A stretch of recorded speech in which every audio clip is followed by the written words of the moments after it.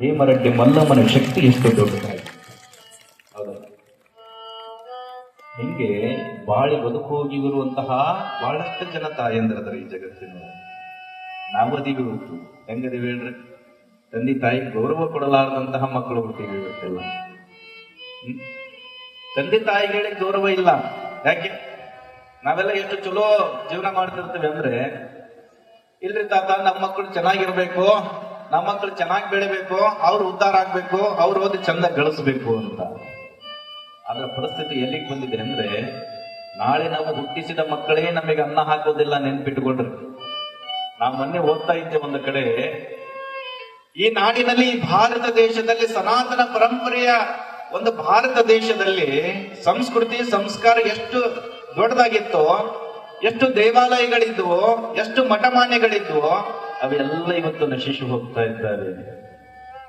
10,000ಕ್ಕಿಂತ ಹೆಚ್ಚು ಮಠಗಳಿದೆ ನಮ್ಮ ಕರ್ನಾಟಕದಲ್ಲಿ ಇತ್ತು. ಆದ್ರೆ ಇವತ್ತಿಗೆ 3,000 ಮಠಗಳು ಊರಿದಿಲ್ಲ. 10,000 ಮಠ ಇದ್ದಂತಹ ಕರ್ನಾಟಕದಲ್ಲಿ ಇವತ್ತು 3,000 ಮಠಗಳನ್ನು ಉಡಬೇಕಾದ ಕಷ್ಟ ಇದೆ. ಆದ್ರೆ ಒಂದು ನೆನ್ಪಿಟ್ಕೊಳ್ರಿ, ಈ ನಾಡು ಪಟ್ಟಂತಹ ಕೊಡುಗೆ ಬಹಳ ದೊಡ್ಡದ. ಇಂತಹ ನಾಡಿನಲ್ಲಿ ನಾವೇನ್ ಮಾಡಕತ್ತೀವಿ ಅಂದ್ರೆ, ದೇವಸ್ಥಾನಗಳು ಹೋಗ್ಯವ, ಇವತ್ತು ಗ್ರಂಥಾಲಯಗಳು ಹೋಗ್ಯವ. ಇವತ್ತು ಏನಾಗ್ಯವ ಅಂದ್ರ, ಎಲ್ಲ ಕಡೆ ಅನಾಥಾಶ್ರಮ ಮತ್ತು ವೃದ್ಧಾಶ್ರಮಗಳು ಶುರುವಾಗ್ಯವ. ಎಲ್ಲೇ ಹೋಗ್ರಿ ನೀವು, ಇಲ್ಲೇ ನಿಮ್ ತಾಲೂಕ್ ಪ್ಲೇಸ್ಗೆ ಹೋಗ್ರಿ, ಎಲ್ಲಿ ವೃದ್ಧಾಶ್ರಮ ಐತಂತ ಕೇಳ್ರಿ, ನಿಮಗೆ ತೋರಿಸ್ತಾರ. ಎಲ್ಲಿ ಅನಾಥಾಶ್ರಮ ಐತಂತ ಕೇಳ್ರಿ, ತೋರಿಸ್ತಾರ. ಇವತ್ತು ನಮ್ಮಂತಹ ಮಠಮಾನ್ಯಗಳ ಸ್ವಾಮಿಗಳ ಪರಿಸ್ಥಿತಿ ಹೆಂಗ ಬಂದದ ಅಂದ್ರ, ಮಠಕ್ಕೆ ಬಂದು ಪುರಾಣ ಕೇಳ್ರಿ ಅನ್ನೋದಕ್ಕಿಂತ ಮುಂಚೆ, ತಾತ ನಮ್ಮಪ್ಪ ನಮ್ಮ ಬಿಡಬೇಕಾಗ್ಯದ, ನಾವು ಸಾಕಾಗ ಆಗೋಲ್ದು, ಮತ್ತ ಅವ್ರನ್ನ ಇಟ್ಕೊಂಡು ನೀವು 3 ಹೊತ್ತು ಅನ್ನ ಹಾಕ್ರಿ, ಅದಕ್ಕೆ ನೀವು ಅನಾಥಾಶ್ರಮ ತೆಗೀರಿ ಅಂತ ಹೇಳಕತ್ತಾರ ಭಕ್ತರು ನಮಗ. ಇಂತಹ ಪರಿಸ್ಥಿತಿ ಬಂದದಂತಾರೆ. ಮತ್ತೆ ಇಂತಹ ಮಕ್ಕಳನ್ನು ಎದಕ್ ಸಾಕ್ಬೇಕು? ಮಕ್ಕಳಿಗೆ ಸಂಸ್ಕಾರವನ್ನು ಕೊಡ್ರಿ. ನೀವು ಫಸ್ಟ್ ನೆಟ್ಟಿಗಿರೋದು ಕಲಿಯಿರಿ. ಇಲ್ಲದ ನೋಡ್ರಿ, ಮಕ್ಕಳ ಮುಂದೆ ನಾವು ಹಗಲೆಲ್ಲ ಫೋನ್ ಹೊತ್ಕೊಂತ ನಿಂತ್ವಿ ಅಂದ್ರೆ, ಮಕ್ಕಳು ಸ್ಕೂಲಿಂದ ಬಂದ ತಕ್ಷಣ ಫೋನ ಹಿಡಿತವ, ಬುಕ್ ಹಿಡಿಯಂಗಿಲ್ಲ. ನಾವು ಏನ್ ಮಾಡ್ತಿರ್ತೀವಿ ಅಂದ್ರೆ, ಮಕ್ಕಳು ಬಂದ ತಕ್ಷಣ ಟಿವಿ ನೋಡ್ತಿರ್ತೀವಿ. ಹೌದಾ? ಟಿವಿ ನೋಡ್ತಾ ನೋಡ್ತಾ ಒಂದು ಸೀರಿಯಲ್ ಹಾಕೊಂಡು ಕಸ ಹೊಡಿತಿರ್ತೀವಿ. ಮಕ್ಕಳು ಬಂದ್ಬಿಟ್ಲೆ ಏನ್ ಮಾಡ್ತೀವಿ? ಓದ್ಕೊಂಡ್ ಕುಂದಿರ್ತವ ನಾವು. ಟಿವಿ ಆಫ್ ಮಾಡಿ ಕಸ ಹೊಡೆದು ಓದ್ಕೊಂಡ್ ಕುಂದ್ರಪ್ಪ ಅಂದ್ರೆ ಕುಂದಿರ್ತವ. ನೀವ ದೊಡ್ಡ ಸೀರಿಯಲ್ ಹಚ್ಕೊಂಡು ಓದ್ಕೊಂಡ್ ಕುಂದ್ರ ಅಂದ್ರೆ ಅವ್ರು ಯಾಕೆ ಓದ್ಕೊಂಡ್ ಕುಂದ್ರ? ಇಷ್ಟೇ. ಫಸ್ಟ್ ನಾವು ಸಂಸ್ಕಾರಗಳಾಗ್ಬೇಕು, ಆಮೇಲೆ ಮಕ್ಕಳು ಸಂಸ್ಕಾರ ಆಗ್ತಾರೆ. ಮೊನ್ನೆ ತಾನೇ ನಡೆದಂತಹ ಒಂದು ಘಟನೆ. ಒಬ್ಬ ತಾಯಿ ಮಗನ ಮೇಲೆ ಬಹಳ ಪ್ರೀತಿ ಇತ್ತು. ಆ ತಾಯಿ ಎಷ್ಟು ಮಗನ ಮೇಲೆ ಎಷ್ಟು ಪ್ರೀತಿ ಇದ್ರ, ನೀವು ಎಷ್ಟು ಪ್ರೀತಿಯಿಂದ ಸಾಕಿರ್ತೀರಂದ್ರೆ, ಮಕ್ಕಳು ಚೆನ್ನಾಗಿರ್ಬೇಕಪ್ಪ, ನಮ್ ಎಷ್ಟೋ ಕಷ್ಟ ಬರಲಿ. ನೀವ್ ಏನ್ ಮಾಡ್ತಿರ್ತೀರಿ ಕೆಲಸನ? ಹೊಲದಲ್ಲಿ ದುಡಿತಿರ್ತೀರಿ. ನಿಮ್ಮ ಹೊಲ ಇರಲಿಲ್ಲ ಅಂದ್ರೂ ಕೂಡ ಬೇರೆಯವ್ರ ಹೊಲದಾಗ ಹೋಗಿ ದುಡಿಮೆ ಮಾಡ್ತಿರ್ತೀರಿ. ನೀವು ದಿವಸಕ್ಕ 150, 200 ರೂಪಾಯಿ, 300 ರೂಪಾಯಿಗೋಸ್ಕರ ನೀವು ಬೆಳಗ್ಗಿದ್ದ ಸಾಯಂಕಾಲ ತನಕ ಬಿಸ್ಲಾ ದುಡಿತೀರಿ. ಹೌದಾ? ಹಿಂಗ ಒಬ್ಬ ತಾಯಿ ನಡೆದಿರುವಂತ ಘಟನೆಯಲ್ಲಿ, ಆ ತಾಯಿ ಮಗನ ಮೇಲೆ ಬಹಳ ಪ್ರೀತಿ ಇತ್ತು. ಗಂಡ ಹೆಂಡತಿ ಒಬ್ಬನೇ ಮಗ. ಆದ್ರೆ ತಾಯಿಗೆ, ನೀವೆಲ್ಲರೂ ಓದಿ ಬಂದರೆ ತಾಯಿ ಅನಿಸ್ಕೊಳಕ ಅಸಾಧ್ಯ ಅಂತ ಅಲ್ಲ. ನೀವೆಲ್ಲರೂ ಚಲೋ ಓದಿದವರು ಅದು ಏನಿಲ್ಲ, ಇರಂಗಿಲ್ಲ. ಯಾಕಲ್ರಿ? ಶಿಕ್ಷಣ ಅಂತದ್ದು ಹಿಂದಿನ ಕಾಲದಲ್ಲಿ ಬಹಳ ಕಷ್ಟ ಇತ್ತು ಓದ್ಬೇಕಂದ್ರೂ ಕೂಡ. ಈಗೆಲ್ಲರೂ ಕೂಡ ನೀವು ಶಿಕ್ಷಣ ಕೊಡ್ತೀರಿ. ಊರಾಗಿರೋ ಸರ್ಕಾರಿ ಶಾಲೆ ಬಿಟ್ಟು ನಮ್ಮ ಮಕ್ಕಳು ಚಲೋ ಓದ್ಲಿ ಅಂತಂದು ಹೇಳಿ ಗೌರ್ಮೆಂಟ್ ಸ್ಕೂಲ್ ಬಿಟ್ಟು ಕಾರ್ಮೆಂಟ್ ಸ್ಕೂಲ್ಗೆ ಹಚ್ತೀವಿ. ಹೌದಾ? ಅವ್ರು ಗೌರ್ಮೆಂಟ್ ಸ್ಕೂಲ್ದಾರ ಬರೀ 1,000 ರೂಪಾಯಿ ತಗೊಂತಾರ ಅಂದ್ರೆ, ಅದನ್ನ ಬಿಟ್ಟು 10,000 ರೂಪಾಯಿ ತಗೊಂಡವ್ರಿಗೆ ಕೊಡ್ತೀವಿ. ಯಾಕೆ? ನಮ್ಮ ಮಕ್ಕಳು ಶಾಣೆ.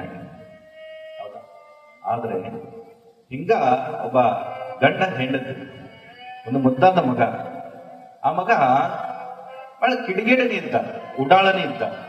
ಆದ್ರೆ ತಾಯಿಗೆ ಏನಿತ್ತಂದ್ರ, ತಂದೆಗೆ ಅವನ ಮೇಲೆ ಅಷ್ಟೊಂದು ಜವಾಬ್ದಾರಿ ಇದ್ದಿಲ್ಲ. ಮಕ್ಕಳ ಮೇಲೆ ಜವಾಬ್ದಾರಿ ಯಾರಿಗಿರ್ತದ ಅಂದ್ರೆ ತಾಯಿ ಮೇಲೆ, ತಾಯಿ ಇರ್ತದೆ. ಹೌದಾ? ನನ್ನ ಮಕ್ಕಳು ಚೆನ್ನಾಗಿ ಓದ್ಲಪ್ಪ ಅಂತಂದ್ರೆ, ಒಂದು ದಿವಸ ಏನಾಗ್ತದ ಅಂದ್ರ, 8th ಮುಗೀತು, 9th ಮುಗೀತು, ಒಂದು 10th ಬಂದಿರ್ತಾರ, ಹೋಗಿ ಎಕ್ಸಾಮ್ ಬರೀತಾನ. ಹೋಗಿ ಎಕ್ಸಾಮ್ ಬರೀತಾನ. ಎಕ್ಸಾಮ್ ನಲ್ಲಿ 95% ಬರ್ತದೆ. ಅವನು ಪ್ರಥಮ ಉತ್ತೀರ್ಣನಾಗಿ ಅವನು ತೇರ್ಗಡೆ ಆಗಿರ್ತಾನ. ಯಾವಾಗ ರಿಸಲ್ಟ್ ಬಂತಂತ ಗೊತ್ತಾಗ್ತದೋ ಅವನು ಏನ್ ಮಾಡ್ತಾನ ಅಂದ್ರೆ ಹುಡುಗ ಮನೆಯಲ್ಲಿ ಸೀದ ಬಂದವ್ರ ತಂದೆಗೆ ಹೇಳ್ತಾನ. ಆದ್ರೆ ತಾಯಿ ಮೇಲೆ ಅಷ್ಟು ಪ್ರೀತಿ ಇರ್ತಿದ್ದಿಲ್ಲ ಅವನು. ಯಾಕೆ ಹೇಳು, ನಮ್ಮ ತಾಯಿ ಅನ್ಎಜುಕೇಟೆಡ್.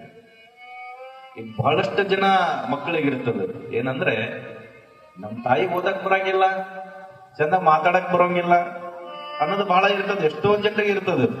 ಅಲ್ಲ, ಯಾವತ್ತು ತಾಯಿನ ತಿರಸ್ಕಾರ ಮಾಡಬಾರ್ದು. ಆ ಹುಡುಗ ಏನ್ ಮಾಡಿದಂದ್ರೆ ಸೀದಾ ಯಾವಾಗ 95% ಬಂದೈತೆ ಅಂತ ಗೊತ್ತಾಯ್ತು, ಸೀದಾ ಓಡಿ ಬಂದು ಮನೆಯಲ್ಲಿ ಇರುವಂತವ್ರ ಅಪ್ಪಗೆ ಹೇಳಿದ, ಅಪ್ಪ ನನಗೆ ಇವತ್ತು 10th ಅಲ್ಲಿ 95% ಬಂದಿಲ್ಲ. ಏನ್ ಬಹಳ ಖುಷಿ ಆಗ್ಬಿಟ್ಟದು. ಹೌದೇನಪ್ಪ? ಯಾವಾಗ ಈ ಸುದ್ದಿಯನ್ನು ತಾಯಿ ಕೇಳಿದ್ಲಲ್ಲ, ನನ್ನ ಮಗನ ನನಗೆ ಹೇಳ್ಬೇಕು ಅಂತಂದು ಬಯಸ್ಲಿಲ್ಲ ತಾಯಿ. ಯಾಕೆ ಹೇಳ್ರಿ? ದಯಾಗುಣ ಅವಳು. ನನ್ನ ಮಗ ನನಗೆ ಬಂದು ನನ್ 95% ಆಗ್ಯದಂತ ಹೇಳೋದು ಬೇಡ ನನಗ. ಅವ ಪಾಸ್ ಆಗಿನಲ್ಲ, ಏನು ಅಷ್ಟು ಅಂಕಗಳನ್ನ ತೆಗೆದನಲ್ಲ ಅಂತಂದು ಹೇಳಿ ತಾಯಿ ಖುಷಿ ಪಡ್ತಾಳ. ಖುಷಿ ಪಟ್ಟ ತಾಯಿ ಏನ್ ಮಾಡ್ತಿರ್ತಾಳ ಅಂದ್ರ, ನನ್ನ ಮಗ ಪಾಸ್ ಆಗ್ಯಾನ, ಅಂದ್ಮೇಲೆ ನನ್ನ ಮಗಗೆ ಏನ್ ತಿನ್ನಿಸ್ಬೇಕಂದ್ರೆ ಸ್ವೀಟ್ ತಿನ್ನಿಸ್ಬೇಕು ಅಂತ ತಿಳ್ಕೊಂಡು ಒಳಗೆ ಹೋಗಿ ಪಾಯಸ ಮಾಡ್ತಿರ್ತಾಳ ತಾಯಿ. ಪಾಯಸ ಮಾಡುವಂತ ಸಮಯ ಮಗ ಬರ್ತಾನ. ಮಗ ಬಂದು ಹೇಳ್ತಾನ, ನೋಡು ನಾ ಹೊರಗೊಂಟೀನಿ, ಮತ್ತ ಬರೋದು ಸಾಯಂಕಾಲ ಆಗ್ಬೋದು. ತಾಯಿಗೆ ತಾಯಿ ಅಂತ, ನೋಡಪ್ಪ ಇಷ್ಟ ಬಂದ ಚಲೋ ಓದಿಯ ನನ್ನ ಮಗನ, ಮತ್ತೆ ನಿನಗೋಸ್ಕರ ಒಂದ್ ಸ್ವಲ್ಪ ಸಿಹಿ ಮಾಡೀನಿ, ಒಂದ್ ಸ್ವಲ್ಪ ತಿನ್ನಿಸ್ತೀನಿ, ತಿಂದು ಹೋಗು ಒಂದು ತಾಯಿ. ಹೆಂಗಿರ್ತದ ನೋಡಿ. ತಕ್ಷಣ ಅವನು ಏನು ಯೋಚನೆ ಮಾಡಿದ ಅಂದ್ರ, ಆಗೋದಿಲ್ಲ, ಇದೆಲ್ಲ ನನಗೆ ಕೈಲಿ ಆಗೋದಿಲ್ಲ. ಅದು ಕೆಲಸ ಮಾಡು, ದುಡ್ಡು ಏನಾರು ಇಟ್ಟಿದ್ರು ಕೂಡ ಒಂದ್ ಸ್ವಲ್ಪ ನಂದು ಇವತ್ತು ಪಾರ್ಟಿ ಅದ, ನಾನು ಹೋಗಿ ಪಾರ್ಟಿಗೆ ಹೋಗಿ ಬರ್ಬೇಕು, ನನ್ನ ಫ್ರೆಂಡ್ಗಳಿಗೆ ಪಾರ್ಟಿ ಕೊಡಿಸ್ಬೇಕು ಅಂದಿವ. ಏನ್ರಿ ತಾಯಿ ಅಂದ್ಲು, ನೋಡಪ್ಪ ನೀ ಬಹಳ ಖುಷಿ ಇದೆ ಅಂದ್ಮೇಲೆ ನಾನ್ಯಾಕೆ ನಿನ್ ಖುಷಿಗೆ ಅಡ್ಡ ಬರ್ಲಿ ಅಂತಂದು ಹೇಳಿ ಚಹಾ ಪುಡಿ ಡಬ್ಬಿ ಒಳಗೆ ಇಟ್ಟಿರುವಂತ ದುಡ್ಡನ್ನು ಒಂದು 1500-2000 ದುಡ್ಡು ಇದ್ದು ತಾಯಿ.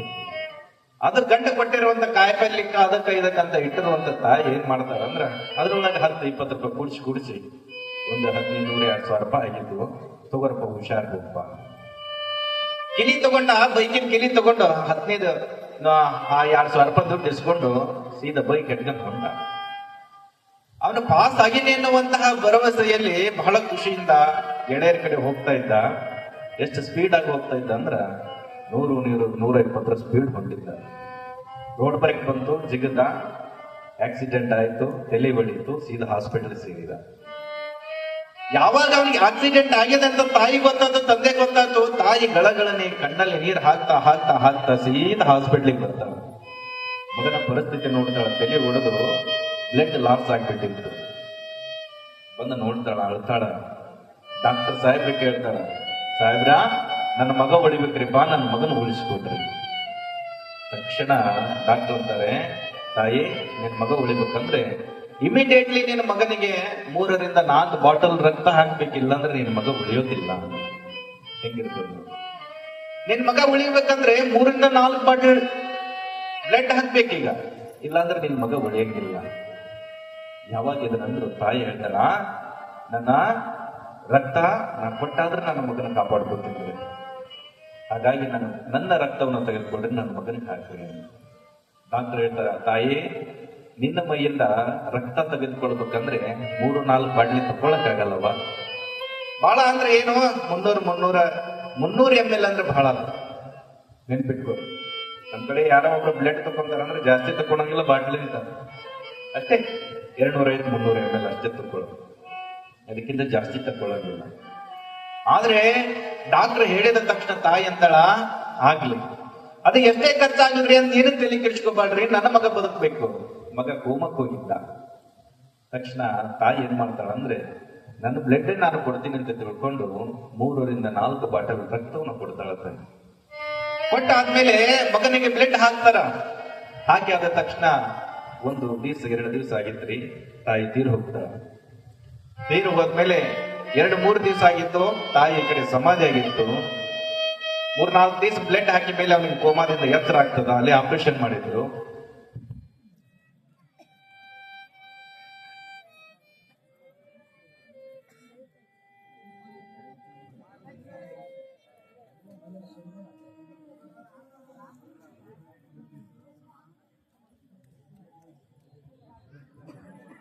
ಹಲೋ.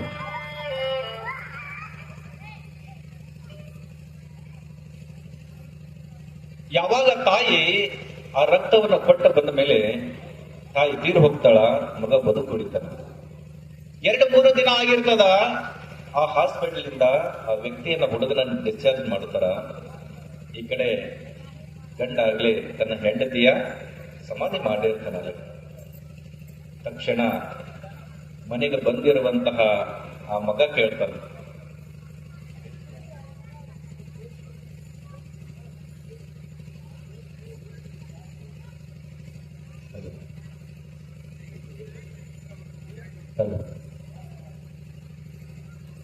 ಯಾವಾಗ ಮನೆಗೆ ಬಂದಿರುವಂತಹ ಆ ಮಗು, ಆ ಹುಡುಗ ತಂದೆಯನ್ನ ಕೇಳ್ತಾನ, ಅಪ್ಪ ಅವ್ವ ಎಲ್ಲೇ ಅಂತ. ಯಾವಾಗ ತಂದೆನ ಮಗ ಕೇಳಿದ್ನೋ ತಂದೆ ಹೇಳ್ತಾನೆ, ನೋಡಪ್ಪ ನೀನು ನಿಮ್ಮ ಅವ್ವನ್ನ ಯಾವತ್ತೂ ಕೂಡ ಅನ್ಎಜುಕೇಟೆಡ್ ಅಂತಿದ್ದೆ.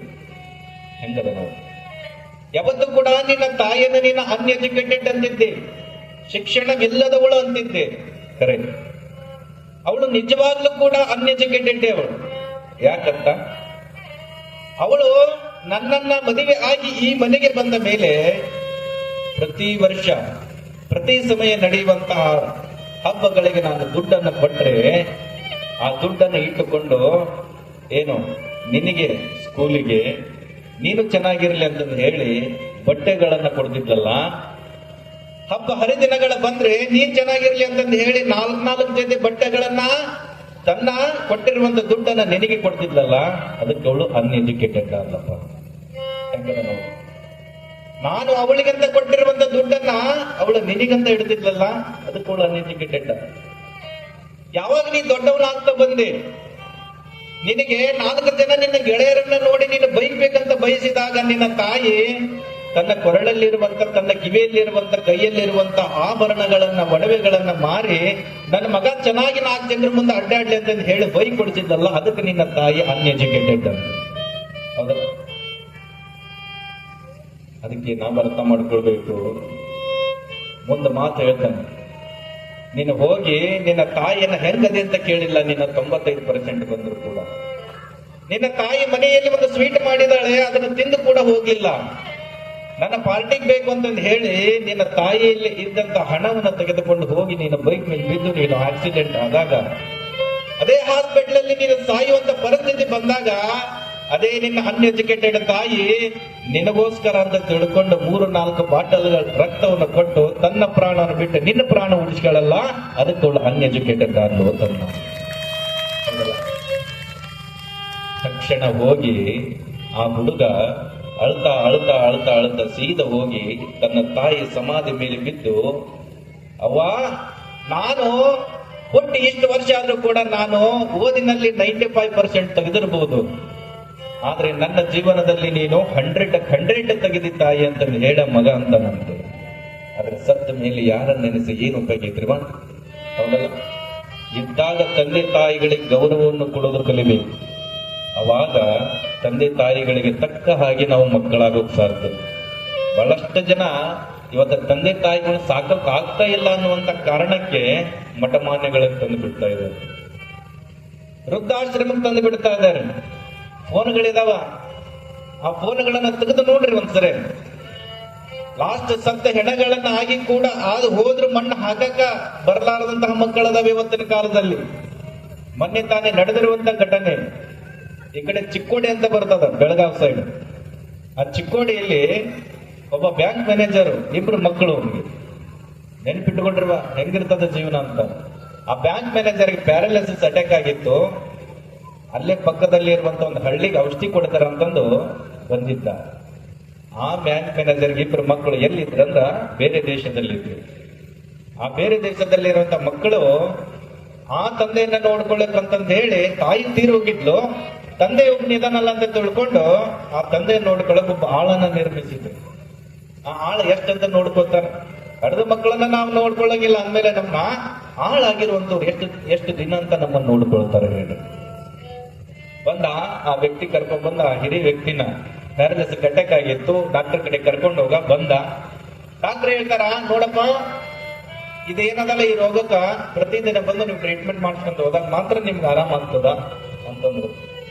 ಆದ್ರ ವ್ಯಕ್ತಿ ಹೇಳ್ತಾನ, ನೋಡ್ರಿ ನಾನು ಇಷ್ಟು ದಿನ ಇರಕ್ಕಾಗಲ್ಲ ನಿಮ್ ಜೊತೆ, ನಿಮ್ ಮಕ್ಕಳಿಗೆ ಫೋನ್ ಹಚ್ಕೊಡ್ತೀನಿ, ಅವ್ರ ಜೊತೆ ಮಾತಾಡ್ರಿ, ಅವರ ಬಂದ್ಮೇಲೆ ನಿಮ್ ನೋಡ್ಕೊಂತಾರ ಅಂತಂದ್ರೆ. ಆದ್ರೆ ಪ್ರತಿದಿನ ಆ ಮಕ್ಕಳು ಫೋನ್ ಇರ್ತಿದ್ದಿಲ್ಲ. ನಡೆದಿರುವಂತ ಘಟನೆ ನೆನಪಿಟ್ಟುಕೊಳ್ರಿ. ಪ್ರತಿದಿನ ಅವನ ಫೋನ್ ಇರ್ತಿದ್ದಿಲ್ಲ. ತಿಂಗಳಿಗೊಮ್ಮೆ ಅವನು ಏನು ದುಡ್ಡು ಹಾಕ್ಬೇಕಾಗಿತ್ತಲ್ಲ, ಅವನು ದುಡ್ಡು ಹಾಕಬೇಕಾದ್ರೆ ಅಷ್ಟೇ ಫೋನ್ ಹಚ್ಚಿ ದುಡ್ಡು ಬಂದಿಲ್ಲ ಅಂತ ಅಷ್ಟೇ ಕೇಳ್ತಿದ್ರು. ಅವನು ತಂದೆ ಹೆಂಗದನಂತ ಎಂದು ಕೇಳ್ತಿದ್ದಿಲ್ಲ ಮಕ್ಕಳು. ಆದ್ರೆ ವಿಪರ್ಯಾಸ ಪರಿಸ್ಥಿತಿ, ಆ ವ್ಯಕ್ತಿ ಏನ್ ಮಾಡ್ತಾನೆ ಅಂದ್ರೆ ಒಂದು ಲಾಡ್ಜ್ ಹೋಗಿ ಆ ತಂದೆಯನ್ನ ಹಾಕಿ ಅಲ್ಲಿರುವಂತ ಪೊಲೀಸರಿಗೆ ಹೇಳ್ತಾನೆ. ನಮ್ಮ ಕರ್ನಾಟಕದ ಚಿಕ್ಕೋಡಿ ಪೊಲೀಸರಿಗೆ ಏನ್ ಹೇಳ್ತಾನಂದ್ರೆ, ಸರ್ ಈಗಿರುವಂತ ಒಬ್ಬ ವ್ಯಕ್ತಿಗಳಿದ್ದಾರೆ, ಅವ್ರ ಬ್ಯಾಂಕ್ ಮ್ಯಾನೇಜರ್, ದೊಡ್ಡ ಶ್ರೀಮಂತ ಇದ್ದ ಬ್ಯಾಂಕ್ ಮ್ಯಾನೇಜರ್, ಅವರಿಬ್ಬರು ಮಕ್ಕಳು ಬೇರೆ ದೇಶದಲ್ಲಿ ಇದ್ದಾರೆ, ಹಾಗಾಗಿ ಅವ್ರು ನೋಡ್ಕೊಳಕಂತ ನನ್ನ ನೇಮಿಸಿದ್ರು, ನಾನ್ ನೋಡ್ಕೊಳಕ್ ಆಗೋದಿಲ್ಲ, ಆ ಮಕ್ಕಳನ್ನ ನೀವು ಕರೆಸಿ ಅಂತ ಹೇಳಿ ಆ ವ್ಯಕ್ತಿ ಏನ್ ಮಾಡ್ತಾನಂದ್ರ ತನ್ನ ಊರಿಗೆ ಹೋಗ್ಬಿಡ್ತಾನ. ಯಾಕಂದ್ರೆ ದುಡ್ಡು ಬಂದಿತ್ತು, ತಗೊಂಡು ಹೋದವ. ಆದ್ರೆ ಅವನ ವಿಪರ್ಯಾಸ ಪರಿಸ್ಥಿತಿ ಏನಾಗಿತ್ತಂದ್ರೆ, ಪೊಲೀಸರು ಬಂದು ಆ ವ್ಯಕ್ತಿನ ನೋಡ್ತಾರೆ. ಆ ವ್ಯಕ್ತಿಗೆ ಓಡಾಡಕ್ಕಾಗಂಗಿಲ್ಲ, ಎದ್ದು ನಿಲ್ಲಕ್ಕಾಗಂಗಿಲ್ಲ. ಇಂತಹ ಪರಿಸ್ಥಿತಿ ಆ ವ್ಯಕ್ತಿಗೆ. ಅವನು ಕೇಳ್ತಾರೆ, ಏನು ನಿಮ್ಮ ಆಸೆ? ಏನಿಲ್ಲ, ನನ್ನ ಮಕ್ಕಳನ್ನು ನೋಡ್ಬೇಕು, ನನ್ನ ಮಕ್ಕಳು ಕರೆಸ್ತೀನಿ ಅಂತ. ಬ್ಯಾಂಕ್ ಮ್ಯಾನೇಜರ್ ಯಾವಾಗ ಇದನ್ನು ಹೇಳಿದ ಪೊಲೀಸರು ಫೋನ್ ಹಚ್ತಾರೆ ಮಕ್ಕಳಿಗೆ. ಮಕ್ಕಳು ಹೇಳ್ತಾರೆ, ನಾನು ಈ ದೇಶವನ್ನ ಬಿಟ್ಟು ನಾನು ಕರ್ನಾಟಕಕ್ಕೆ ಬರ್ಬೇಕಂತಂದ್ರೆ ಲಕ್ಷಾನು ಗಂಟೆ ದುಡ್ಡು ಖರ್ಚಾಗ್ತದೆ. ಹೆಂಗದ ನೋಡ್ರಿ, ಲಕ್ಷಾನು ಗಂಟೆ ದುಡ್ಡು ಖರ್ಚಾಗ್ತದ ಈ ದೇಶವನ್ನ ಬಿಟ್ಟು ನಾನು ಕರ್ನಾಟಕಕ್ಕೆ ಬರ್ಬೇಕಾದ್ರೆ. ಹಾಗಾಗಿ ಸರ್ ನೀವೇ ಯಾರನ್ನಾರು ನಿಮಿಸ್ಬಿಡಿ, ಅವರಿಗೆ ನಾವೇ ದುಡ್ಡು ಹಾಕ್ತೀವಿ ಅಂದ್ರು. ಇಷ್ಟು ಅನ್ನೋದೇ ತಡ 2 ದಿವಸ ಆಗಿತ್ತು. ಆ ಬ್ಯಾಂಕ್ ಮ್ಯಾನೇಜರ್ ಸತ್ತು ಹೋಗ್ತಾನೆ.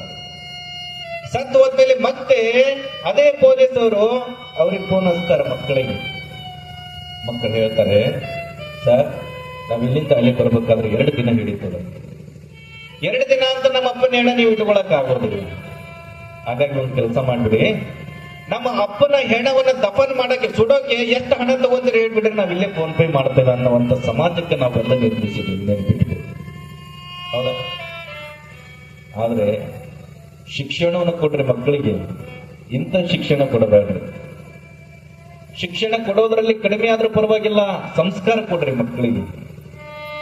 ಮಕ್ಕಳೆಲ್ಲ ಹೊರಗೆ ಹೊಂಟಾರ ಅಂತಂದ್ರ 4 ಜನ ಹಿರಿಯರಿಗೆ ಮಾತಾಡಿಸಿ ಕಾಲಿ ನಮಸ್ಕಾರ ಮಾಡಿಸೋದು ಒಂದು ಪರಂಪರೆ ಇತ್ತು ನಮ್ಮ ಹಳ್ಳಿ ಕಡೆಯಲ್ಲಿ.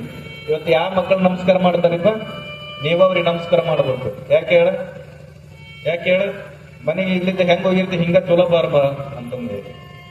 ಇಂತಹ ಪರಿಸ್ಥಿತಿ ತಂದೆ ತಾಯಿಗಳಿಗೆ ಬಂದದಂದ್ರ ಎಷ್ಟು ನಾವು ಸಂಸ್ಕಾರ ವಿಹೀನರಾಗಿವೆ ಅನ್ನೋದನ್ನ ನಾವು ನೆನಪಿಟ್ಕೊಳ್ತೀವಿ.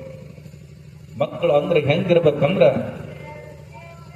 ಛತ್ರಪತಿ ಶಿವಾಜಿ ಮಹಾರಾಜನ ಹಂಗಿರ್ಬೇಕು. ತಾಯಿ ಜೀಜಾಬಾಯಿ ಛತ್ರಪತಿ ಶಿವಾಜಿ ಮಹಾರಾಜನಿಗೆ ಎಷ್ಟೇ ಕಷ್ಟ ಇದ್ರು ಕೂಡ ಹೆಂಗ್ ಬೆಳೆಸ್ತಾಳ ಅಂದ್ರ, ಛತ್ರಪತಿ ಶಿವಾಜಿ ಬಹಳ ಸಣ್ಣ ಹುಡುಗ ಇರ್ತಾನ. ಅವರ ತಾಯಿ ಜೀಜಾಬಾಯಿ ಒಂದ್ಸರಿ ಏನಾಗ್ತದಂದ್ರ, ಅವನು ಕೆಲವೊಂದು ಯುದ್ಧಗಳನ್ನು ಮುಗಿಸ್ಕೊಂಡು ಸೀದಾ ತಾಯಿ ಹತ್ರ ಬರ್ತಾನೆ, ಜೀಜಾಬಾಯಿ ಹತ್ರ. ಶಿವಾಜಿ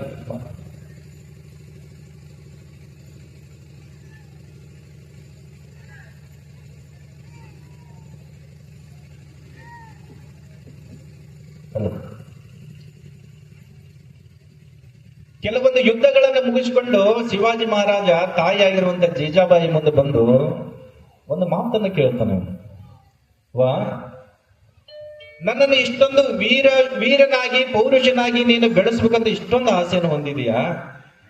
ನನ್ನ ಮೇಲೆ ಎಷ್ಟು ಒಂದು ಪ್ರೀತಿಯನ್ನು ಹೊಂದಿದೀಯಾ ನೀನು? ಈ ದೇಶದ ಮೇಲೆ ಎಷ್ಟೊಂದು ಋಣವನ್ನು ನನ್ನ ಮೇಲೆ ಇರಿಸಿದೀಯಾ ಅಂದೆಲ್ಲ ನಾನು ಸಾಧನೆ ಮಾಡಿ ತೋರಿಸ್ಬೇಕು. ಆದ್ರೆ ನನ್ನದೊಂದು ಪ್ರಶ್ನೆ ಅದ.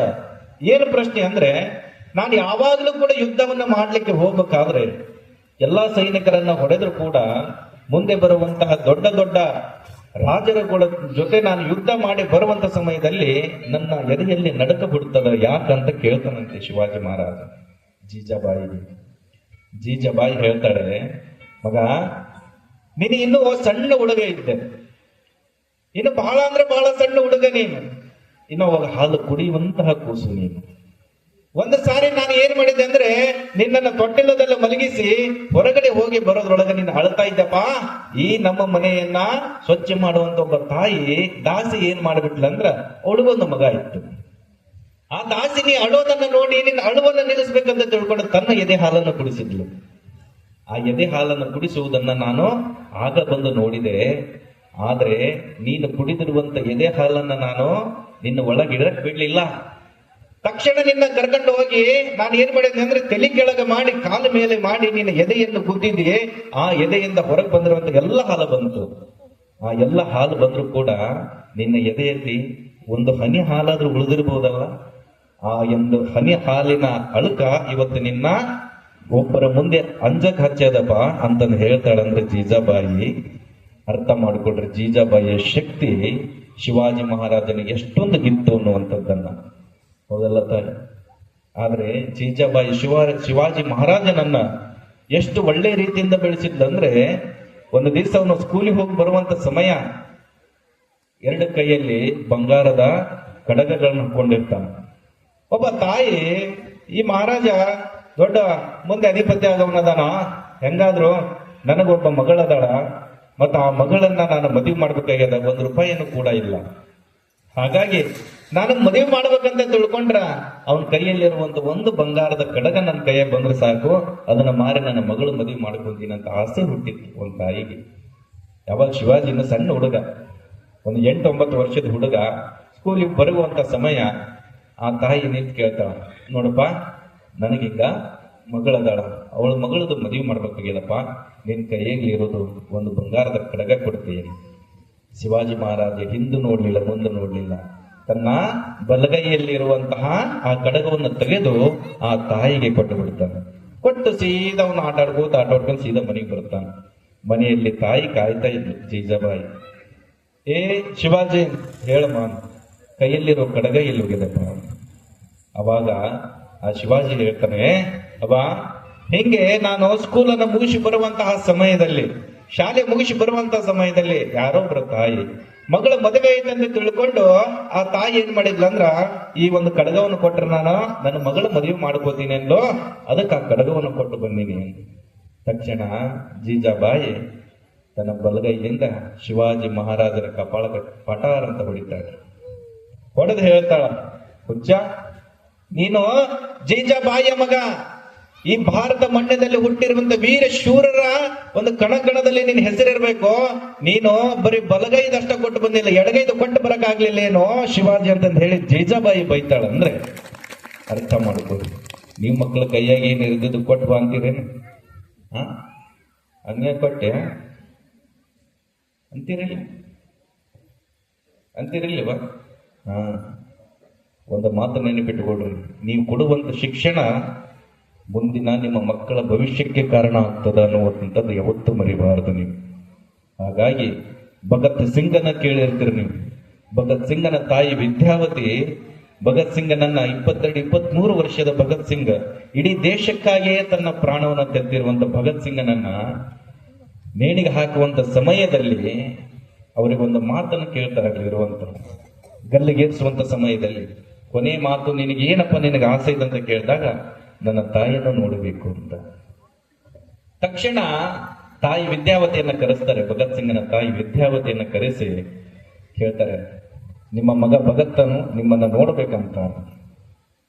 ಸೀದ ಬಂದು ತಾಯಿ ವಿದ್ಯಾವತಿ ಕಣ್ಣಲ್ಲಿ ಧಾರಾಕಾರವಾಗಿ ನೀರನ್ನು ಹಾಕ್ತಾ, ಭಗತ, ಏನಪ್ಪ ನೀನು ಇಡೀ ದೇಶಕ್ಕೋಸ್ಕರನೇ ನೀನು ಪ್ರಾಣವನ್ನು ತೆತ್ತಕತ್ತೀಯ ಏನು ಅನ್ನುವಂತ ಸಮಯದಲ್ಲಿ ಮಾತನ್ನು ಹೇಳ್ತಾ ತಾಯಿ ಬಹಳ ದುಃಖದಿಂದ ದುಃಖಿಸಿ ಅಳ್ತಾ ಇರ್ತಾಳ.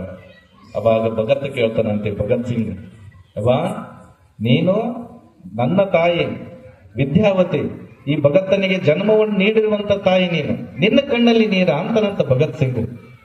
ಆದ್ರೆ ವಿದ್ಯಾವತಿ ಎಂತಹ ದೊಡ್ಡ ಗುಣ ಇತ್ತನ್ನೋದು ನಿಮ್ಗೆ ಹೇಳ್ತೀನಿ ತಾಯಿ. ಅಂದ್ರೆ ಆಕೆ ಒಂದು ಮಾತನ್ನು ಹೇಳ್ತಾರೆ, ಯಾರಿಗಂದ್ರೆ ಭಗತ್ ಸಿಂಗನಿಗೆ ಹೇಳ್ತಾರೆ, ಭಗತ, ನೀನು ಈ ದೇಶಕ್ಕೋಸ್ಕರ ಪ್ರಾಣವನ್ನು ಕೊಡಕತ್ತೆ ಅಂತ ಅಳ್ದತಾ ಇಲ್ಲ ಮಗನೇ. ಈ ಒಡಲಲ್ಲಿ ಹೊಟ್ಟೆಯಲ್ಲಿ ಇಂತಹ ಭಗತನನ್ನ ಇನ್ನೊಬ್ಬರು ಕೊಡ್ಲಿಲ್ಲ ಅಂತಂದು ಹೇಳಿ ನಾನು ಅಳಕತ್ತಿನೋ ಮಗನ ಅಂತಂದು ಹೇಳಿ ಭಗತನಿಗೆ ಹೇಳ್ತಾಳಂದ್ರೆ ತಾಯಿ ವಿದ್ಯಾವತಿ. ನಾವು ಅರ್ಥ ಮಾಡ್ಕೋಬೇಕು, ಮಕ್ಕಳಿಗೆ ಜನ್ಮ ಕೊಟ್ರ ಅಂತರ್ಗೆ ಕೊಡಬೇಕು. ಹೌದಾ? ನಾವಂತೀವಿ, ನೀನು ನರೇಂದ್ರ ಮೋದಿ ಆಗು, ಅಂಬೇಡ್ಕರ್ ಆಗು, ಬುದ್ಧ ಆಗು, ಫಸ್ಟ್ ನಮ್ಮಂಗಾಗತ್ ಕಲಿಸ್ರಿ ಮಕ್ಕಳಿಗೆ. ಮಕ್ಕಳಿಗೆ ನೀನ್ ನನ್ನಂತಾಗೋನು, ಯಾಕೆ ನಾವು ಸರಿ ಇರಲ್ಲ ಅಂದ್ರೆ ಮಕ್ಕಳು ಯಾವಾಗ ಸರಿ ಆಗ್ತಾರೆ? ಹೌದಲ್ಲ? ಇಂತಹ ಸಮಾಜದಲ್ಲಿ ನಾವೆಲ್ಲರೂ ಕೂಡ ಇದ್ದೇವೆ ತಾಯಿ. ಹಾಗಾಗಿ ಮಕ್ಕಳಿಗೆ ಸಂಸ್ಕಾರ ಕೊಡ್ರಿ. ಆದ್ರೆ ಇವತ್ತು ನೀವೆಷ್ಟು ಮಕ್ಕಳಿಗೆ ಸಂಸ್ಕಾರ ಕೊಡ್ತೀರೋ ಅಷ್ಟು ನೀವು ನಿಮ್ಮ ಗೌರವವನ್ನ, ಮನೆತನವನ್ನ ಉತ್ತುಂಗಕ್ಕೆ ಒಯ್ಯಲಿಕ್ಕೆ ಸಾಧ್ಯ. ಮಕ್ಕಳಿಗೆ ದುಡ್ಡು ಗಳಿಸೋದನ್ನ ಕಲಿಸ್ಬೇಡ್ರಿ, ಸಂಸ್ಕಾರವನ್ನ ಗಳಿಸ್ರಿ. ದುಡ್ಡು ಎಲ್ಲದರಿಂದ ಗಳಿಸ್ಬೋದು. ಇವತ್ತು ಕೊಲೆ ಸುಲಿಗೆ ಮಾಡೋ ದುಡ್ಡು ಗಳಿಸ್ತಾರೆ, ಗೊತ್ತೇನೆ? ಇವತ್ತೆಲ್ಲ ಭಯೋತ್ಪಾದಕರಾದವರು ಬೇರೆ ಏನೋ ಓದ್ಲಿಲ್ದವ್ರಲ್ಲ, ಚೆನ್ನಾಗಿ ಓದಿದವರು ಗುಂಡು ಹಾರ್ಸಕತ್ತಾರೆ ಇವತ್ತು ಜಗತ್ತಿನೊಳಗೆ, ನೆನಪಿಟ್ಕೊಡಿ. ಹಾಗಾಗಿ ಮಕ್ಕಳಿಗೆ ಶಿಕ್ಷಣ ಜೊತೆಗೆ ಸಂಸ್ಕಾರ ಕೊಡೋದು ಬಹಳ ಮುಖ್ಯ. ಹಾಗಾಗಿ ಈ ಕಡೆ ಪುರಾಣಕ್ಕೆ ಬರ್ರಿ. ನೀನ್ ಎಲ್ಲಿಗೆ ಬಂದಿದ್ದು ಪುರಾಣ? ಇವ ಯಾರಿಗೆ ಗೊತ್ತ್ರಿ? ಸುಮ್ಮನೆ ಹೇಳಿಕೆಂತ ಹೊಂಟೀರಿ. ಹೌದಾ? ಶಿವನ ಒಡ್ಡೋಲಗದಲ್ಲಿ ಶಿವನ ಆತ್ಮ ಸ್ವರೂಪನಾಗಿರುವಂತಹ ನಿರಂಜನ ಗಣೇಶ್ವರನ್ ಅಂತಕ್ಕಂತಹ ಒಬ್ಬ ಜಂಗಮ ಮೂರ್ತಿ ಈತನಿಗೆ ಅವತರಿಸ್ತಾ ಇದ್ದಾನೆ. ಆ ಜಂಗಮ ಮೂರ್ತಿನೇ ಮುಂದೆ ಸಿದ್ಧಲಿಂಗ ಶಿವಯೋಗಿ ಅನ್ನುವಂಥದ್ದನ್ನ ನಾ ಹೇಳಿದೆ. ಯಾವಾಗ ಆ ಕೈಲಾಸದ ಒಂದು ಒಡ್ಡೋಲಗದಲ್ಲಿ ಎಲ್ಲರೂ ಕಿನ್ನರು, ಕಿಂಪುರುಷರು, ಪ್ರಮಥಗಣರು, ಅಮರಗಣರು, ಈ ಕಡೆ ಭೃಂಗಿ, ಈ ಕಡೆ ನಂದಿ, ಎಲ್ಲರೂ ನೆರೆದಿರುವಂತ ಸಮಯದಲ್ಲಿ ಶಿವನ ಎದೆಯಿಂದ ಅವನು ನಿರಂಜನ ಗಣೇಶ್ವರ ಅನ್ನುವಂತಹ ಒಬ್ಬ ನಿರಂಜನ ಮೂರ್ತಿಯನ್ನ ಒಬ್ಬ ಚಿಕ್ಕ ಪುಟ್ಟ ಮಗುವನ್ನಾಗಿ ಅವನು ಹೇಳ್ತಾನೆ, ನೋಡಪ್ಪ, ನಿನ್ನಿಂದ ಜಗತ್ತು ಉದ್ಧಾರ ಆಗೋದದ, ಹಾಗಾಗಿ ಈ ಜಗತ್ತನ್ನ ನೀನು ಉದ್ಧರಿಸಬೇಕು ಅಂತಂದು ಹೇಳಿದಾಗ ಆಯ್ತು ಅಂತ ತಿಳ್ಕೊಂಡು ಅಲ್ಲಿಂದ ಯಾವಾಗ ನಿರಂಜನ ಗಣಾಧೀಶ ಕೈಲಾಸದಿಂದ ಭೂಮಿಗೆ ಬರ್ತಾ ಇದ್ದಾನೆ. ಹೌದಾ? ಭೂಮಿಗೆ ಬರುವಂತ ಸಮಯ ಆದ್ರೆ ಯಾವ ಊರಿಗೆ ಬರ್ತಾನ ಅನ್ನೋದು ನಾ ಹೇಳಿಲ್ಲ ನಿನ್ನೆ. ಹೌದಾ? ಬಹಳಷ್ಟು ಹಿಂದೆ ಈ ನಾಡಿನಲ್ಲಿ ವಾಣಿಜ್ಯಪುರ ಅನ್ನುವಂತ ಒಂದು ಊರದ.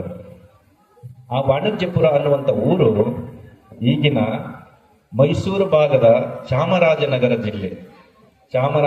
ಜಿಲ್ಲೆ, ಚಾಮರಾಜನಗರ ತಾಲೂಕು ಹರದನಹಳ್ಳಿ ಅನ್ನುವಂತ ಒಂದು ಗ್ರಾಮ. ಆ ಗ್ರಾಮ ಹಿಂದೆ ವಾಣಿಜ್ಯಪುರ ಅನ್ನುವಂತ ಹೆಸರಿಗೆ ಒಳಪಟ್ಟಿತ್ತು. ಆದ್ರೆ ಈಗೇನಾಗ್ಯದ ಅಂದ್ರೆ ಹರದನಹಳ್ಳಿ ಅಂತ ಆಗ್ಯದ. ಆ ಹರದನಹಳ್ಳಿಯಲ್ಲಿ ಬಹಳಷ್ಟು ಪರಂಪರೆಯಿಂದ ಒಳಗೊಂಡಿರುವಂತಹ ಒಂದು ವಿರಕ್ತ ಮಠ ಇತ್ತು. ಆ ವಿರಕ್ತ ಮಠದ ಅಧಿಪತಿಗಳೇ ಗೋಸಲ ಚನ್ನಬಸವ ಶಿವಯೋಗಿಗಳು ಅಂತ. ಗೋಸಲ ಚನ್ನಬಸವ ಶಿವಯೋಗಿಗಳು ಎಂತಹ ದೊಡ್ಡ ತಪಸ್ವಿಗಳಂದ್ರೆ ತ್ರಿಕಾಲ ಲಿಂಗ ಪೂಜಾ ನಿಷ್ಠರು. ಯಾವುದೇ ಒಬ್ಬ ಭಕ್ತ ಏನೋ ಬಂದು ತನ್ನ ಕಷ್ಟ ಹೇಳ್ಕೊತಾನಂದ್ರೆ ತಮ್ಮ ತಪಶಕ್ತಿಯಿಂದಲೇ ಅದನ್ನೆಲ್ಲ ಪರಿಹಾರ ಮಾಡುವಂತಹ ದೊಡ್ಡ ತಪಸ್ವಿಗಳು ಗೋಸಲದ ಚನ್ನಬಸವ ಶಿವಯೋಗಿಗಳಾಗಿದ್ರು. ಎಲ್ಲೇ? ಹರದನಹಳ್ಳಿಯಲ್ಲಿ. ಆ ಹರದನಹಳ್ಳಿಯಲ್ಲಿ ಒಂದು ಶಿವಭಕ್ತಿಯ ಕುಟುಂಬ. ಆ ಶಿವಭಕ್ತರು ಜ್ಞಾನಾಂಬೆ ಮತ್ತು ಮಲ್ಲಿಕಾರ್ಜುನ ಅಂತ. ನೆನಪಿಟ್ಟುಕೊಳ್ರಿ, ಈ ಕಡೆ ಲಕ್ಷ್ಯ ಕೊಡ್ರಿ, ಬಿಡ್ರಿ ಅವ್ರನ್ನೆಲ್ಲ. ಮಕ್ಕಳು ಕುಂದರ್ಸ್ಕೊಳ್ರಿ. ಆ ಹರದನಹಳ್ಳಿಯಲ್ಲಿ ಶಿವಭಕ್ತಿ ಸಂಪನ್ನರಾಗಿರುವಂತಹ ಜ್ಞಾನಾಂಬೆ ಮಲ್ಲಿಕಾರ್ಜುನ ಅವ್ರಿಗೆ ಎಂತಹ ಭಕ್ತಿ ಇತ್ತಂದ್ರೆ, ಎಂತಹ ಅನ್ಯೋನ್ಯತೆ ಇತ್ತಂದ್ರೆ, ಸತಿಪತಿಗಳು ಅಂತಾದ ಭಕ್ತಿ ಹಿತವಾಗಿಪ್ಪದು ಶಿವನಿಗೆ ಅನ್ನುವ ರೀತಿಯಲ್ಲಿ ಬಾಳಿ ಬದುಕಿದಂಥವ್ರು. ನಿಮ್ಮಂಗಲ್ಲ. ನೀವೆಲ್ಲ ಹೆಂಗಂದ್ರೆ ಮುಂಜಾನೆ ನೀವು ಜಗಳನ ಸ್ಟಾರ್ಟ್ ಆಗ ಜಗಳಿಂದಲೇ ಎದ್ದಿರ್ತೀವಿ. ಹೌದಲ್ರಿ? ಜಗಳ ಆದ್ಮೇಲೆ ಮಕ್ಕಳದು ಅಂತಿರ್ತೀರಿ ಎಷ್ಟೋ ಜನ. ಹೌದಾ? ಆದ್ರೆ ಹಂಗಿದ್ದಿಲ್ಲ ಅವರು. ಸತಿಪತಿಗಳು ಒಂದಾದ ಭಕ್ತಿ ಶಿವನಿಗೆ ಒಪ್ಪುವಂತೆ ಇದ್ರಂತವ್ರು.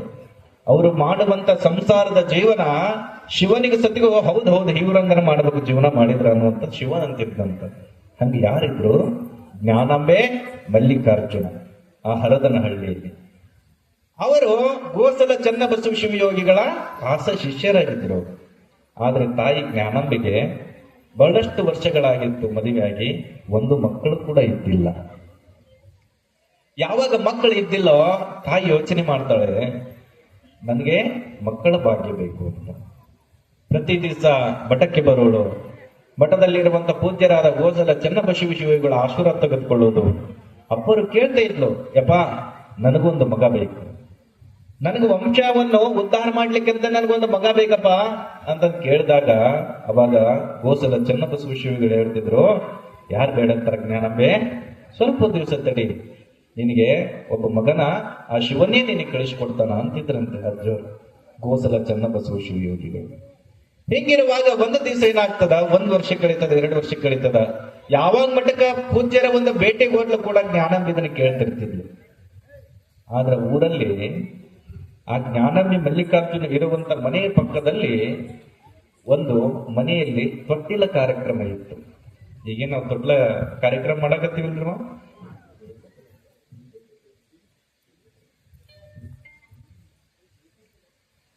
ಯಾವಾಗ ಆ ತಾಯಿ ಆ ತೊಟ್ಟಿಲ ಕಾರ್ಯಕ್ರಮಕ್ಕೆ ಹೋಗ್ತಾಳ, ಯಾರು ಪಕ್ಕದ ಮನೆಯಲ್ಲಿರುವಂತಹ ಆ ತೊಟ್ಟಿಲ ಕಾರ್ಯಕ್ರಮಕ್ಕೆ ಜ್ಞಾನಾಂಬೆ ಹೋಗ್ತಾಳ. ಹೋಗಿ ಬಹಳ ಮುದ್ದಾಗಿರುವಂತ ಮಗು ಎತ್ತ ಆಡಿಸ್ತಾಳ, ಮುದ್ದಾಡ್ತಾಳ. Hello hello hello hello hello hello hello hello ಆ ಜ್ಞಾನಾಂಬೆ